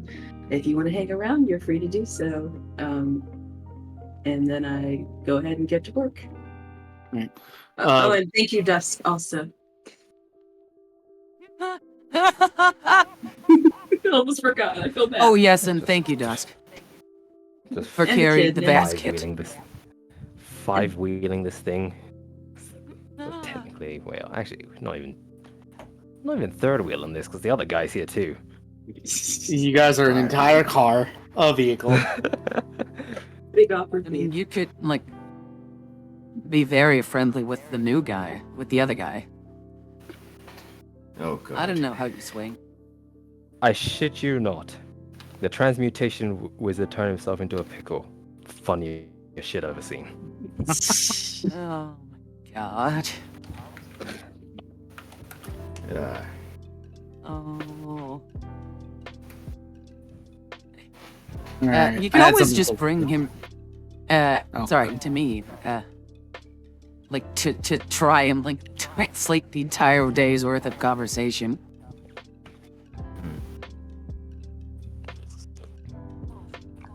Oh my gosh, that didn't even occur to me.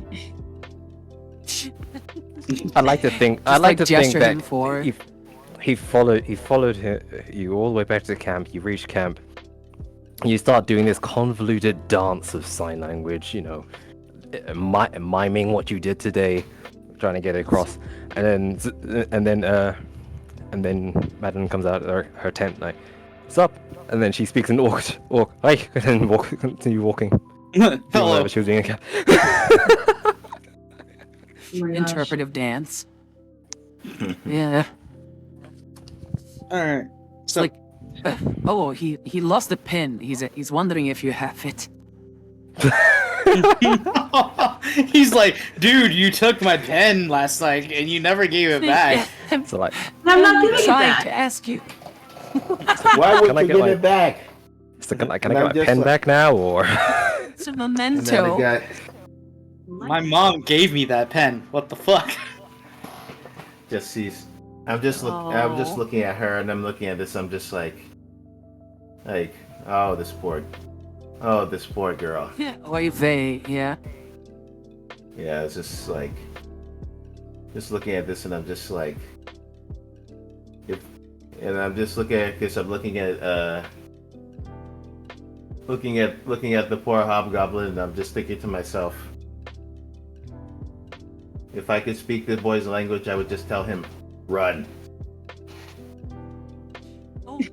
Oh, Run. you could have taken Like this Grex run. with you. Yeah. Speaking of, where is the little Yeah, guy? where is that little green boy? You haven't seen him in camp today, so you don't know where Grix is as of this moment. That He's he had been gone. stepped for- on. I hope not. Holy shit! No, I hope not. It's like, Roll to see if Chris got stepped on. Joke's on you. He's into it. oh no! He's not a masochist. Oh, time for Actually, just to do some stuff. I think I have an idea. Go ahead and all of you. Give me a second. I need to roll some stuff real quick. Give me a second. Yeah, sure. There's 5 of you, right? 4 of you. Okay, cool. That's easy. Grix has been sitting there on the log this entire time. He just Bag of I chips. was told to wait.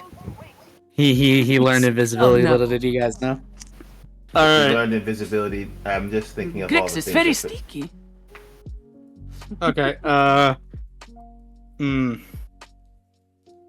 Okay, I know where he is. No. All right, cool. You're not gonna be happy then, Jesus. Arvad, out of curiosity, do you have what's among your stash of items? Out of curiosity. Oh, hang on. No. I'm scared. Okay, so let's see. In terms of weapons, I have I have darts, quarterstaff, and of course my unarmed strike. Then of course there's the long sword that I do not have the skill to use yet. Mm-hmm. And then where's my inventory? Oh yeah, here we go. Also, I have my backpack with a torch, tinderbox, rope, the water skin, I like it.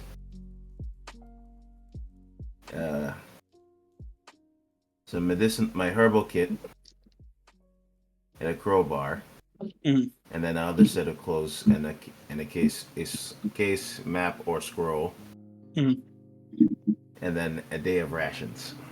Oh, okay, cool. All right, now I know what's going on. Okay, I'll get back to you in a second, but I'm gonna quickly mention Grimry's return. So, as you're kind of like happy to be here, you're resting amongst each other and talking.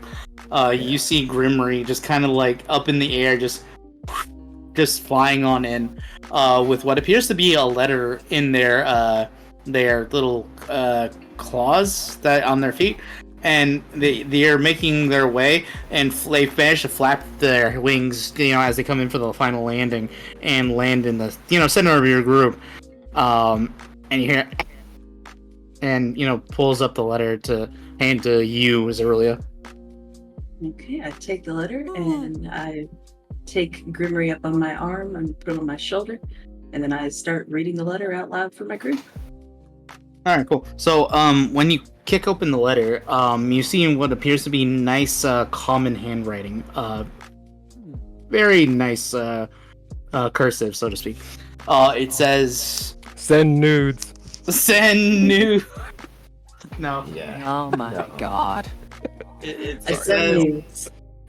damn. I was gonna say, it says, thank you for.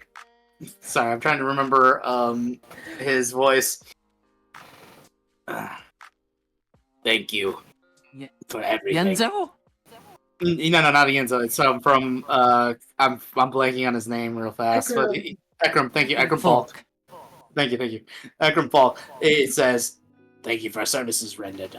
I have your reward, and I promise you an additional reward if you promise to stop. If you promise to stop the enemy coming." Yeah, we're working on it. It's a letter, but I mean, if you want to say that out loud, Yeah.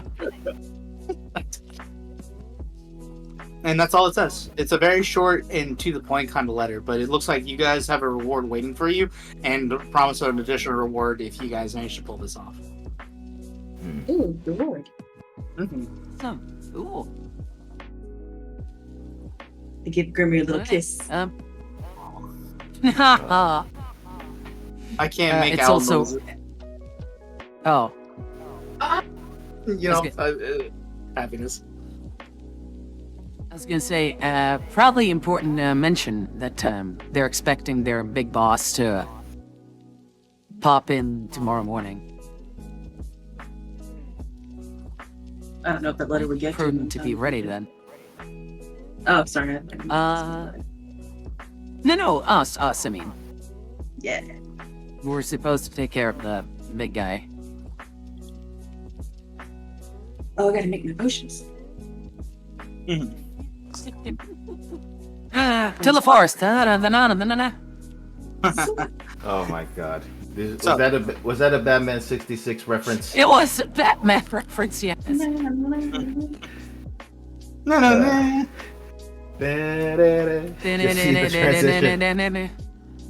Just see the whole transition. You just see everyone just running like Adam West and Berghorn in the street.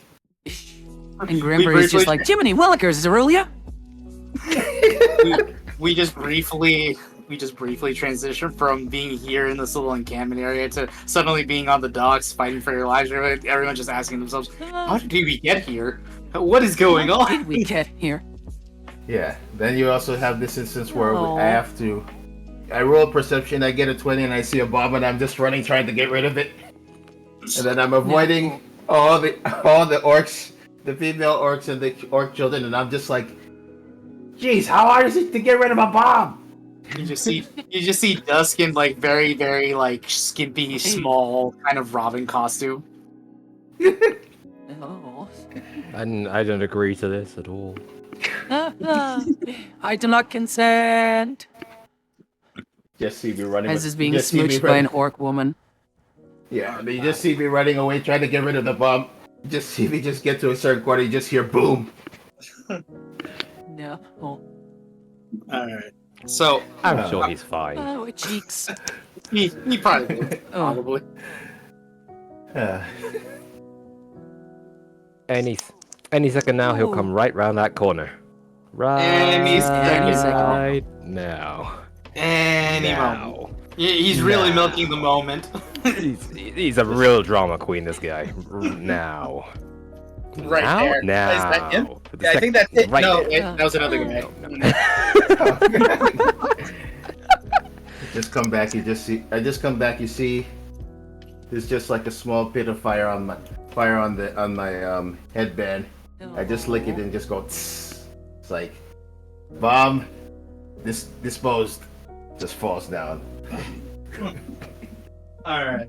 So, Rezulea, since you're gonna be working for the next relatively 2 to 3 hours trying to synthesize some nice potions for yourself, I'm gonna need you to make me one of two rolls, alright?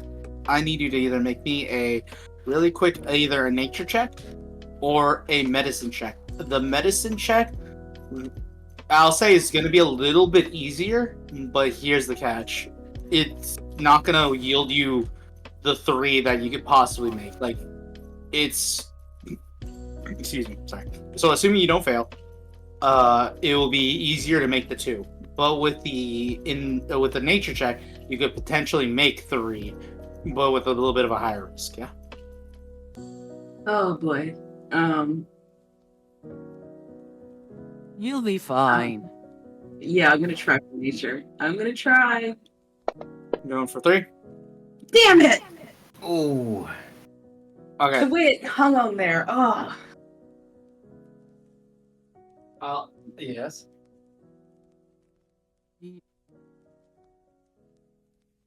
So, Yeah, he'll still be fine.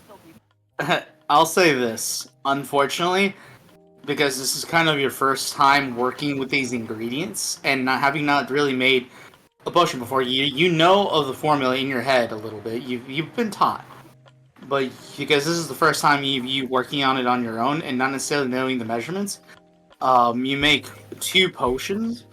But when you dip your hand, your fingers into it for each of the vials you've got, and you take a brief taste, you don't feel like it has any effect, even when you take that taste. You have 2 potions worth of inert potion, or you're not sure. You might have messed up.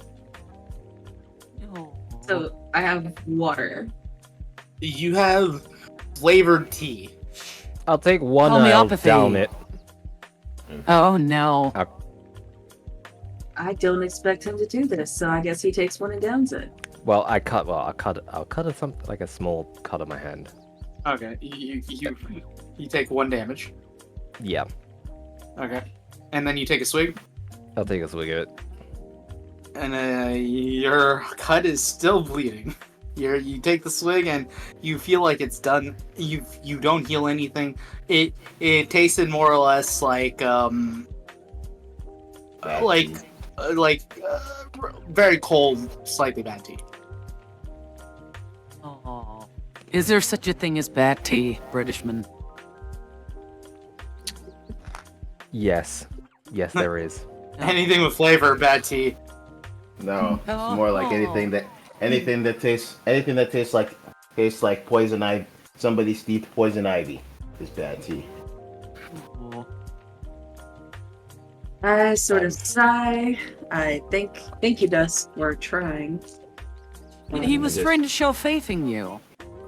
Yeah. Yeah, I just- I That's do a nice appreciate thing it. to do. I Yeah, was? Yes. Weren't you? I mean, Just- sure. I mean, sure. Yeah, that's what it was. Yeah, Totally. I just elbow bumps him in the. Yes, you were, weren't you? And I want to use healing hands to fix his little cut that he's got. Aww. I'm more surprised at how easily you were able to cut yourself. It's almost as if you've done this before. Emo Dusk. Just being emo. I do a hair flip and walk away from her. Oh, you no. guys- Bang, still covering the eye. Dusk. You just don't understand what I'm going through, okay? And then I slammed the tent Chill door. out, Mom. Oh, no. At this point, I'm just like, what? Life, the pressures of life and teenage hormones. What a combination. Mm-hmm. And I shift my weight, crossing my arms, and I just say, like, he needs to get laid big time. He's only 14. I know. Why wait, right? I just face palm. That's not what I He's a meant. late bloomer. Look, The tribe plays by different rules. What is I what? don't know. Yeah, like it's medieval times, right? yes, but I. Are you correct me if saying I'm- I should Wait, be married with kids at this point in a house? You're 14. You should, yeah. wait. What, Not correct me with if one I'm as wrong, old but as I am, but still. No, wait. Wasn't correct me if I'm wrong, but wasn't medieval times for a young man the best time to have children was around maybe 18, and then for the wife it would be like maybe 16. 14, methinks. Depends on the country, I suppose. Yeah, it depends And, kind of on the culture and country, you Standard, know. Yeah, because I know, Yeah, I know Europe was they. weird. I know, because I did recall when we were studying Romeo and Juliet, and they showed. let's yeah. Yeah. Yeah. I just saw the ages between our tragic couple, and I was just like, I beg your pardon. I beg your pardon. To me, or what do you mean? Or I just meant in general, because it's just like, okay. this. It's a love story, and then Yeah. it changes context Yeah. when you look further into it. Let's put it that way. Yeah, I saw it. I was just like, this is a very twisted up love story. So, Anyway, Yes. Well, back to- back to Right this. now. Back to our regularly scheduled programming. So, I would like to say, unfortunately, thankfully, Zeruli still, puts one hand on you and does heal the little cut that, appeared on your hand. Dusk, the heat of the touch lingers, and you feel something. You're not sure what exactly, but you do feel relatively, a little more closer to Rezulea. Why, or for what reasons, kind of up to you and how you choose to interpret it, but I don't know. Something just felt right about that. The both of you, like this. You're getting in touch with your celestial side. So, Wholesome. this did take several hours, so I'll say probably at this point, not dusk. The night is starting to fall across the encampment again.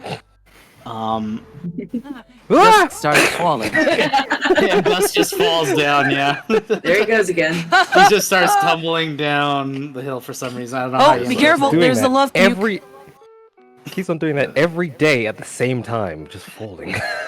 You okay? Yep. I just Oh, look no. over. You feel it? I just look over. You feeling all right, bud? Yeah. I do this every day. It's good. I mean, now I know why he's so angsty all the time. Doctor calls it night legs. Yeah. Have you So- been drinking grog again?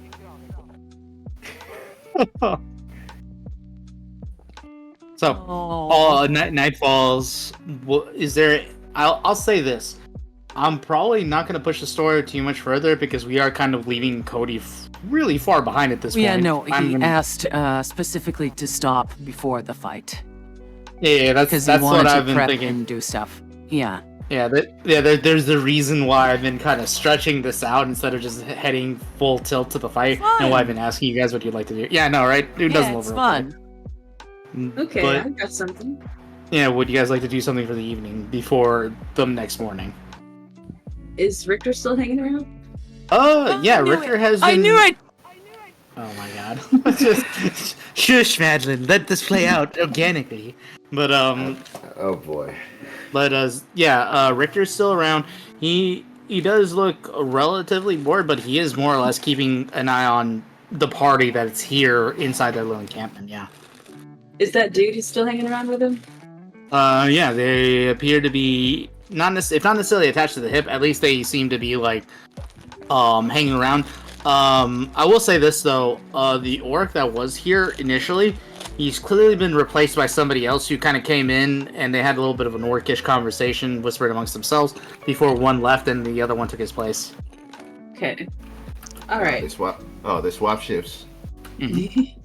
You could probably tell, like, it hasn't exactly been a subtle thing, but over the last 2 days, you have had, to some degree, watchers or babysitters, however you guys choose to consider it. But the people of this encampment, they have been keeping an eye on you. And some a little bit more obviously than others. Fair enough. Oh, Briggs isn't one of our watchers, is he? I hope not. Yeah, not by the looks of things. He's not. His love was genuine. He's not around for the moment. But I will have something to say in a second. But first, it's Rezulea. So Rezulea, Richter's not too far. What are you hoping to do? I want to go to Mathilda. Say, Mathilda, the orc that hangs around with Richter, I wonder if he might be his translator, and I wonder if you could be mine so Richter and I could have a little conversation. I just look at you for a couple seconds and like, oh, yeah, He sure, helped me okay. today. He helped me today, and he helped me last night, and I just want to thank him properly. I never really got the chance. He's sit down, tap to and I swing my axe into like a stump. Just take me to him. All right, and I lead her over to where he is, and I wave at him, and I wave at his friend. He gives a curt nod. He gives a curt nod, but continue. Okay. I say I brought my friend Mathilda, and she is able to speak Orcish. So if your friend is able to translate for you, then my friend can translate for me, and maybe I can thank you more properly for your help last night and your help today. He gives another curt nod. He seems to understand common. He just can't speak. Gotcha. So And- I hold out my hand to shake his. When he goes to move in and shake your hand as well, the both of you, because the both of you are actually really close to Richter now, you can see what looks like not necessarily an incision or something, but it looks like a small little cut where his just below his Adam's apple, like something may have struck him where he might be able to speak from, and it's prominent enough for the both of you to notice now that you are close to each other. Let's see. Ooh, poor guy. A battle scar. Okay. And I basically go in Orcish. Yo, what's up?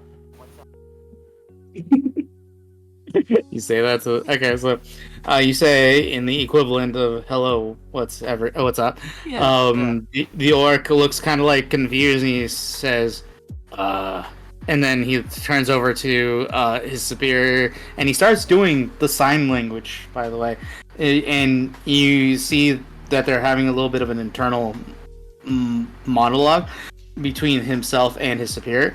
And he's nodding, and then he kind of turns to you and he says, after a moment, "He is doing his job," he says. I just for context so I can translate, it's like, and his job is... To keep an eye on you and make sure you're safe.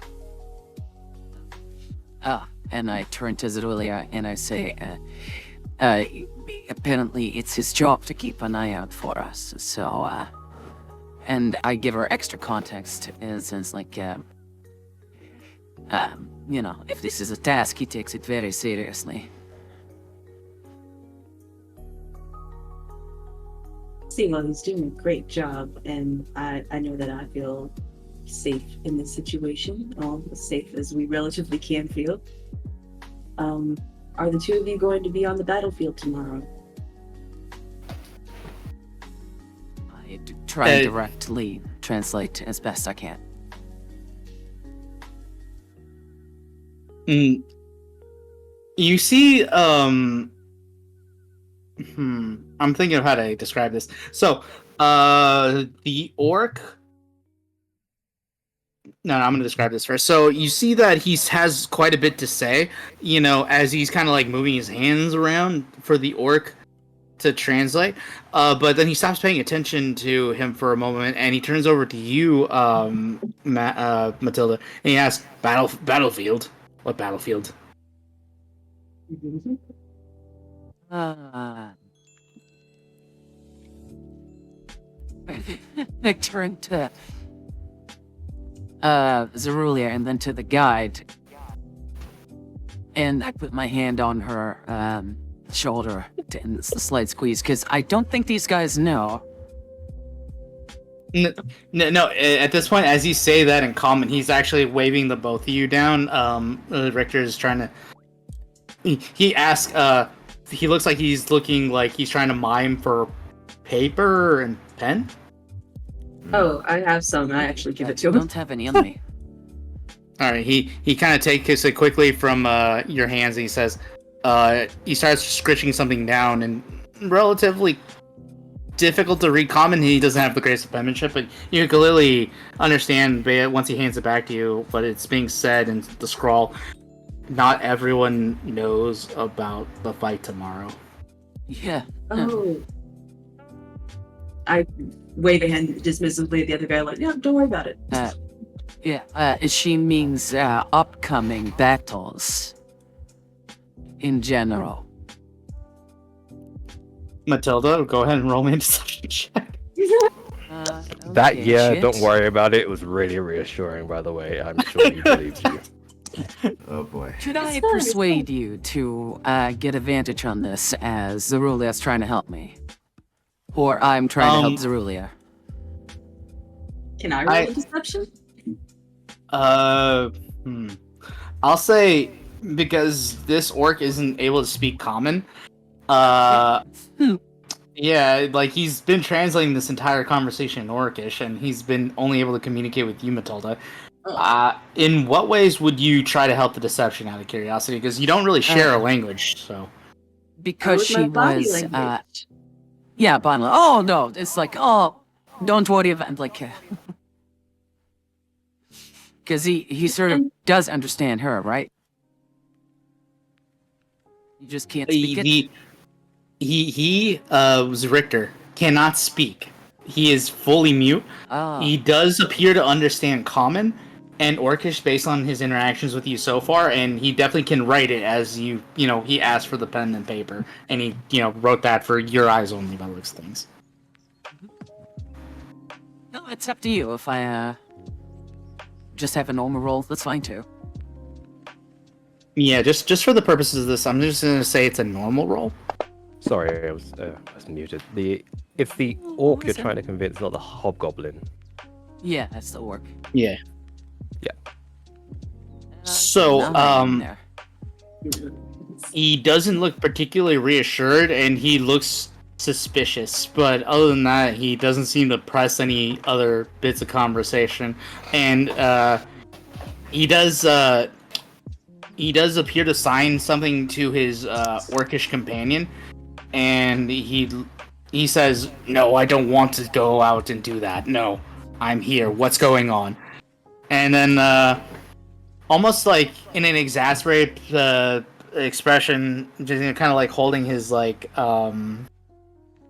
bridge of his nose as he's like quickly thinking, and probably a little bit irritated at the dealing with his inferior here. He does sign something more, and he says, "All right, fine, but you owe me." And he actually moves away from the conversation. It looks like he begins to kind of walk off. he keeps an eye on him, almost like staring him down to make sure he does go wherever he's been ordered to go to. And then after he's kind of like out of eye shot and moving over the hills, he kind of like turns to the both of you, and he looks like he's scratching his temple before he asks for the pencil and paper again, or the pen and paper, I should say. I look a little apologetic. Do you as I have hand it back? Yeah. Yeah. Sorry, you go. I was gonna say, do you have an eraser pen? You do your thing. Yeah, he begins to write down. Not everyone knows about the fight tomorrow. If oh, sorry. No, essentially, he's writing down. If Camp knew, unfortunately, there might be infighting that will damage tribe numbers.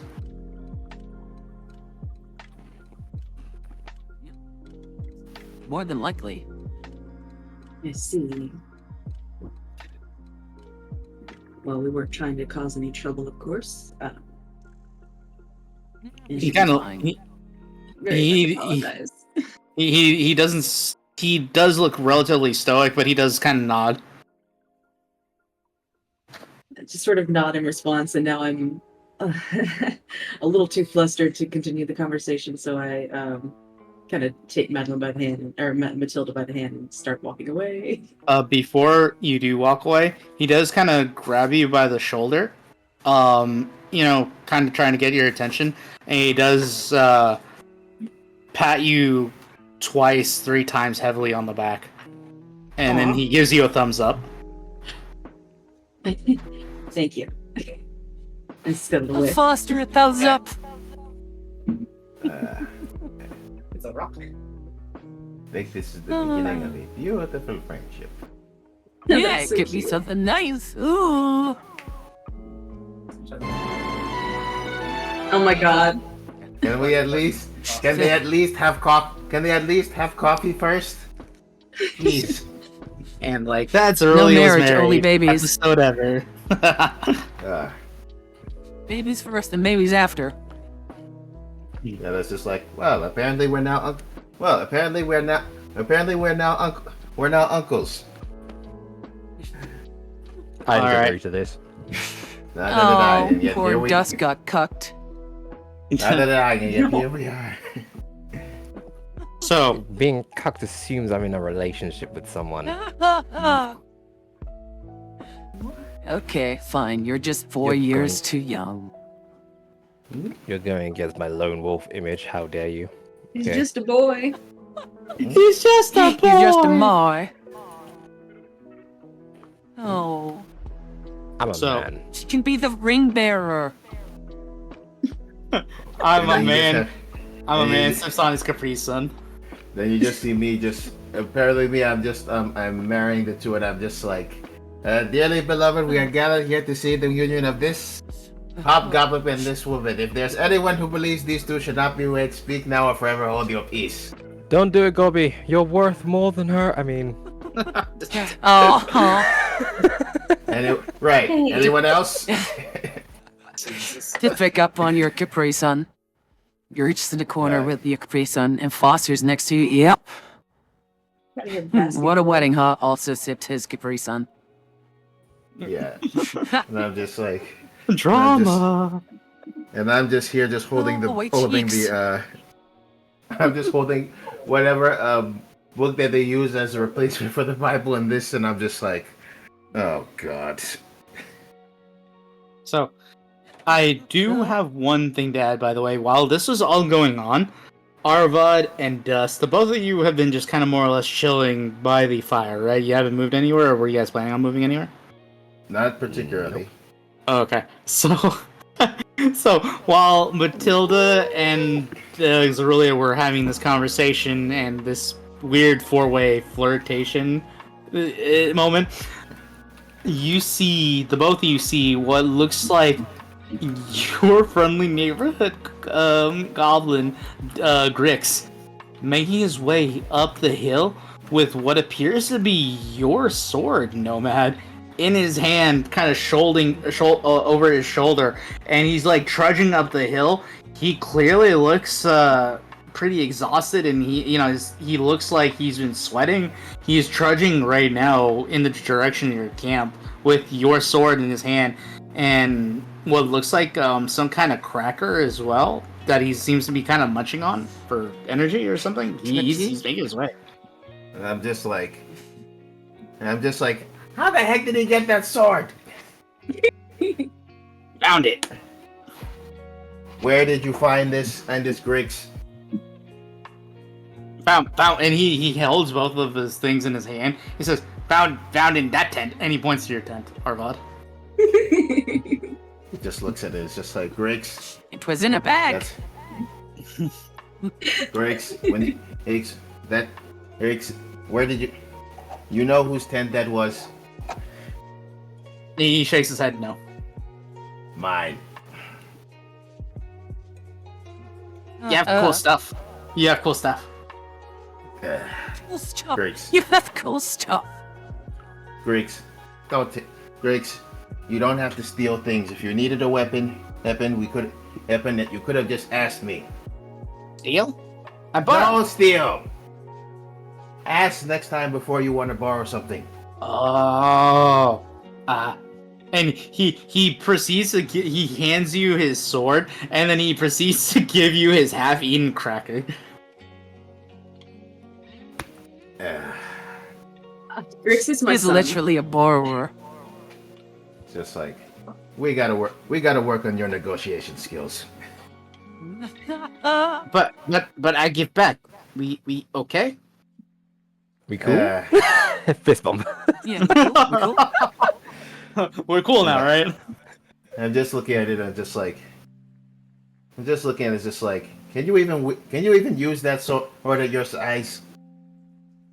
I learned. Oh, great. And he points in the direction of closer to the river, and you put two and two together inside your head. It's a relatively quick figure, but he probably went down to the area set aside for training downstairs with the dummies and the weights kind of provided, and he looks clearly sweaty and looks like he's been working hard. You imagine he's been trying to train with the thing. It's like, No. all right. You can give him some fighter levels. You never know. Well, yeah, and I just look at this and I'm just thinking, well, I can always, the sword is okay. The sword is in good hands for the most part. I'm not using it as much, and I'm thinking, you know what? You can use the sword for now. Oh, But thank you. yeah, but in the future, if you need a weapon, just come to me and ask. He kind of looks sheepish and like he kind of wrings his hands together. Last time I get weapon, you get mad. And he kind of points to the rest of the party. I got dagger and you all got mad. So Me, he's I not. thought.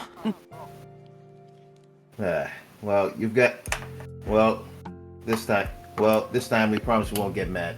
Or at least I won't promise to. Next time you ask me, all right? He's on a line, but he's right. He's out of pocket, but he's correct. Yeah. It's like he's using child logic. Well, I mean, technically not I asked, wrong. you all got mad at me.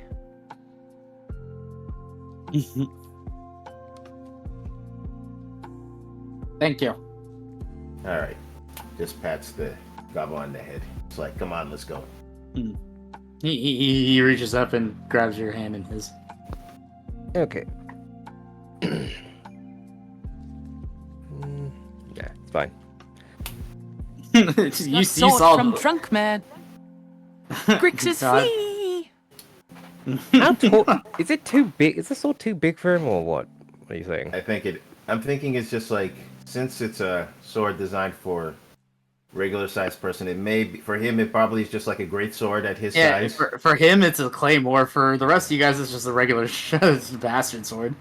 Yeah, so it's just like, He's gonna be a since- two-handed fighter. plus If you and Dusk I'm train gonna- him, yeah, give me a plus I'm fighter thinking- barbarian. Yeah. I'm gonna take a sword from him though. and I will. It's in the party sheet. I'll drop it in the party sheet. I'll give him one of these. 'cause I Oh, have brought dagger them. or I don't have a dagger. I'll give him a javelin. Just a When you- spear to him. Hand off the spear and say, "This belongs to you. Oh, No need to, wow. no need to take from other people." Oh, thank you. You sure? You were not happy with me taking dagger. Yeah, because I Yeah, didn't want you to specifically take you. dagger. But happy you take this pointy stick instead. Will use to defend new tribe, and he kind of like gives you like a very like attempt of a salute. Mind you, it's not sharp or anything, but he gives you the best one that he can give. Mm-hmm. we should ask Okay. if Richter wants to adopt, what his stance is. He's already You know, given- your hobgobbo boyfriend. Trying to ship you with everybody these days. Brix would be our son. Yeah, Click. yeah. He'll be our baby boy. Literally giving a new Is, meaning to this is- family. This is going a bit fast, baby. We're not adopting every next creature we see into Well, not this. me, Glitter. No, I'm talking about Glitter. I think this is where this is going. This is leading. We to adopted that. you. Aww. You? Yeah, Arvad's your daddy. I just don't have the energy to. I'm his mentor. Yeah. Mentor Yeah, at is a first I thought it strong was word something there, else, but too. Why do I Arvad, travel I'm with you dead. people? You have two moms. because you'd have no other choice. Yeah, I could just see, Right. like, I can just see the memes now. Like, you see that meme where it's just like opened, it just opens with the whole like photo album from somebody's wallet, and they're just like, "Have I shown you my son?" you just see Dusk in there. I made a joke earlier about Dusk being in, Robin tights, and then I'm like just thinking, man, I was joking. I didn't think he could actually be the Robin to the group. He's been That's not- Sidekick in the he's- spandex. he's That's an not fucking orphan canon. who has been adopted into the family, and he's being taught. Yeah, if Um, anything, Yeah, acrobatics and stuff. So, Yeah. oh, actually, quick question, Mhm. Rezulea. In your backpack, do you happen to have a crowbar? I don't believe so. Let me make sure. No crowbar. Mm. Does anyone have a crowbar in I their do. backpack? I do. Cool. Could you be my Joker and put me out my misery? so you basically My commit, God. so basically you admit to being Jason Todd. If I'm going to be Robin, then yes, put me out my goddamn misery right this second. That is So you're gonna Yeah. be the Red Hood, nice and edgy. Yeah, it fits here. I Hey, think look at Foster this. got my crowbar. I have a question.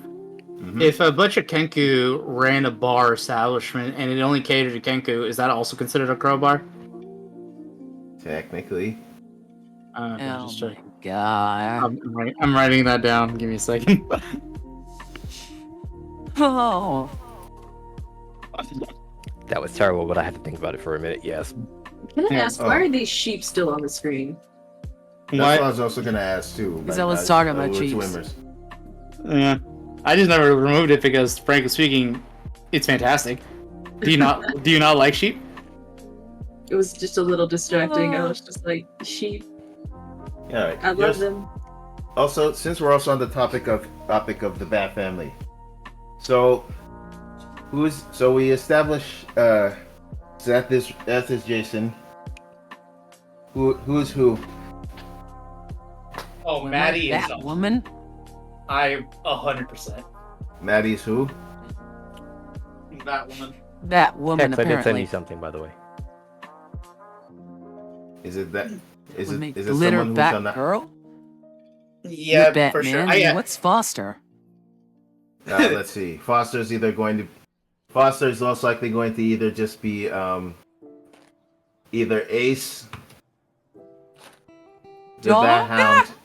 No, Yes, the Bat Hound is actually useful. Nice. Oh, I say Ace just oh. because of how. I just say, mind you, I say Ace just because of how wild he could be.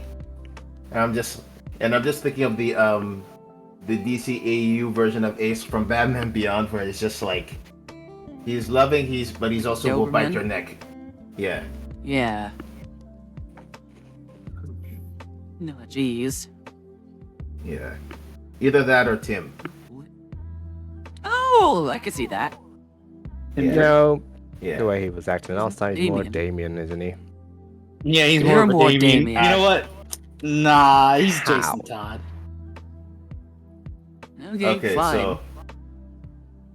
So let's see. Seth is Jason. Cody is Damien.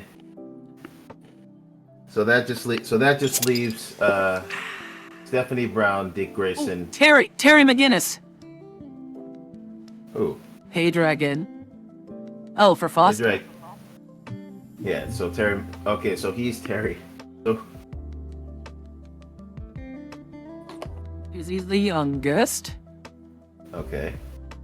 And I guess that makes me Dick Grayson. Yeah, Maybe. yeah, I can just do that. Yeah. Yeah. Hey, A hey, more I'm- drunk Dick Grayson. Yeah. Well, I am chatty. It's part of my charm. Oh. Plus, from what I've been told in IRL, my posterior is amazing. Nice. You So- got a great at. Actually, I've seen it. It's not bad. What? It's not bad. Is my ass the only ass you haven't seen in this server? He hasn't seen my That's ass because yet. you keep hiding it away from me. He's I can't help that.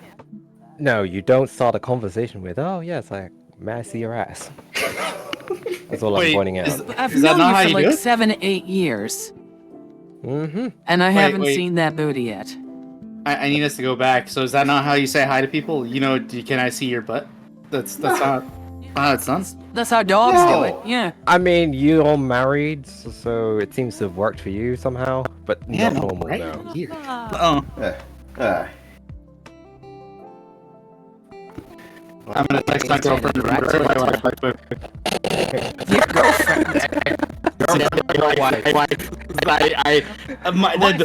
Wife. Sorry, it's new, man. I'm having trouble adjusting to the wife package. Yeah, you get Aw. used to, you get one chance to mess that up, and then, you'll never forget about it, okay? Ooh. yeah. Show It's just- me. You'll never your hear the butt. end of it. You know what? Show is me the funny? booty. You know what's funny? I think it'll be like, I can just see it right now. He just wakes up in the hospital. He's just like, my wife will not approve of you just touching me like that. That you just see you just see Hex's wife. I am your wife. Looks at the wife. What's up? Hey. He's just like, damn, I made good choices in life. Wait. Just realizes and then says, "Show me your booty." Oh God. So is that it for today, or? Yeah, I think so. This is a pretty good leaving off point. Essentially, just you It's guys good, yeah. bedding down for the night until the next fight. Yeah, we got like more opportunities to like get to know each other a bit better in game. That's fun. Yeah. Yeah. Yeah. Guys, would you be down to do some more Tekken or anything? Because we've got like an hour left, sorta. Or we could just call it here. I think You don't have it's to. good. I have think other it's good. things that I can do. Oh yeah, didn't you say you were going to show us the wonders of Skyrim? Yeah, tomorrow. Ah, dang it. We can vote for a new outfit. But Okay. maybe I'll start that poll next week and then leave it for like a week. All in favor of seeing Commissary Madeline, say aye. I Aye. What tonight? Aye. All opposed? EIOU. No, I meant like to get concept art and to get it ordered and stuff. Gotcha. Although I will say, Demonic Madeline was a close contender, and someone's already making the conceptual. I'm sure it'll come. I'm sure it'll come. Yeah, pretty soon. eventually. Yeah. There may. Yeah, it's just. I'm just more concerned that if, assuming the demonic Madeline also becomes a thing, how are we going to incorporate the wings without it taking over the whole screen? A whole prop. Yeah. Like I can or just will we have- slither them into my back, I guess. Yeah, or will we have it just, or will we have just maybe just like a tiny, just a tiny wings that kind of like just sprout up, just like, oh, look at my wings, like maybe like turn them like invisible, or they clip like, because if I go too far out of my screen, look at, hang on, let me try and stand up a bit. Nope, that won't work. Oh, see, that's what I mean. Like they can clip like out of my view thing, so they could be massive. I could just turn the screen a little smaller. Oh, okay. They could do that. So maybe that works. You know what? For shits and giggles, why don't I turn on Commissar Madeline? Woo! And oh damn it! I need to reset myself again. I also love She's how this, There we transforming. go. yeah, I also love how every time she just comes on, when we see the outfit selection, just see her, and the picture of it just comes out of nowhere, just takes a moment and just goes boom. Yeah, boing, boing, boing, boing, boing. The breast is God damn the it! breast of the Empire, or the Imperium. Yeah. Blessed by the Emperor. Yeah. So, since we're technically stopping D&D here, I would just like to shamelessly plug me and Glitter, if that's okay, Madeline. Yeah, definitely. Yeah. You know so I support that. Yeah. Me and Glitter are both streamers. We both like to stream games on our own time. So feel free to follow us as well as Madeline. You know, we do a pretty good job. I'm gonna probably head off if that's okay, Madeline. I'll talk to you some other time. Post your link in the Indubitably. chat if you want. Yeah. Thank you. Basics. Yeah, no worries. Yeah. Anyways, I'm gonna, like I said, I'm gonna head off, but I'm gonna leave the thing here. I'll probably still be on your channel, Yeah. just lurking. I just have stuff to do. All right, man. It's fine. Thank you again. Thank you again, as always, for being our great DM. I try. Yeah. I try. It was Yeah. fun. Yeah, I will say, I think I've said this before, but I will say, this has been a refreshing way of getting back into D&D after my last attempt years ago. So I do appreciate it. No worries, man. I'm glad I could help you like ease back into it, and more importantly, have a good time doing it. You know, because I guarantee you, there's plenty of bad D&D out there. I'm just glad you guys are liking mine. Yeah. Huh. Yeah. Yeah, there's plenty of bad ones. Ah. All right, give me a second. I was gonna plug in there. Yeah. There we go. Copy. And here's Glitter. And I'm gonna hop off. Much love, guys. Bye bye. See ya. You be safe. And I'll quickly restart the stream because it makes editing a fuck ton easier for me. And I'll be back in like a minute. I'll go grab like a drink, and we'll continue with like Company of Heroes and stuff. Okay? See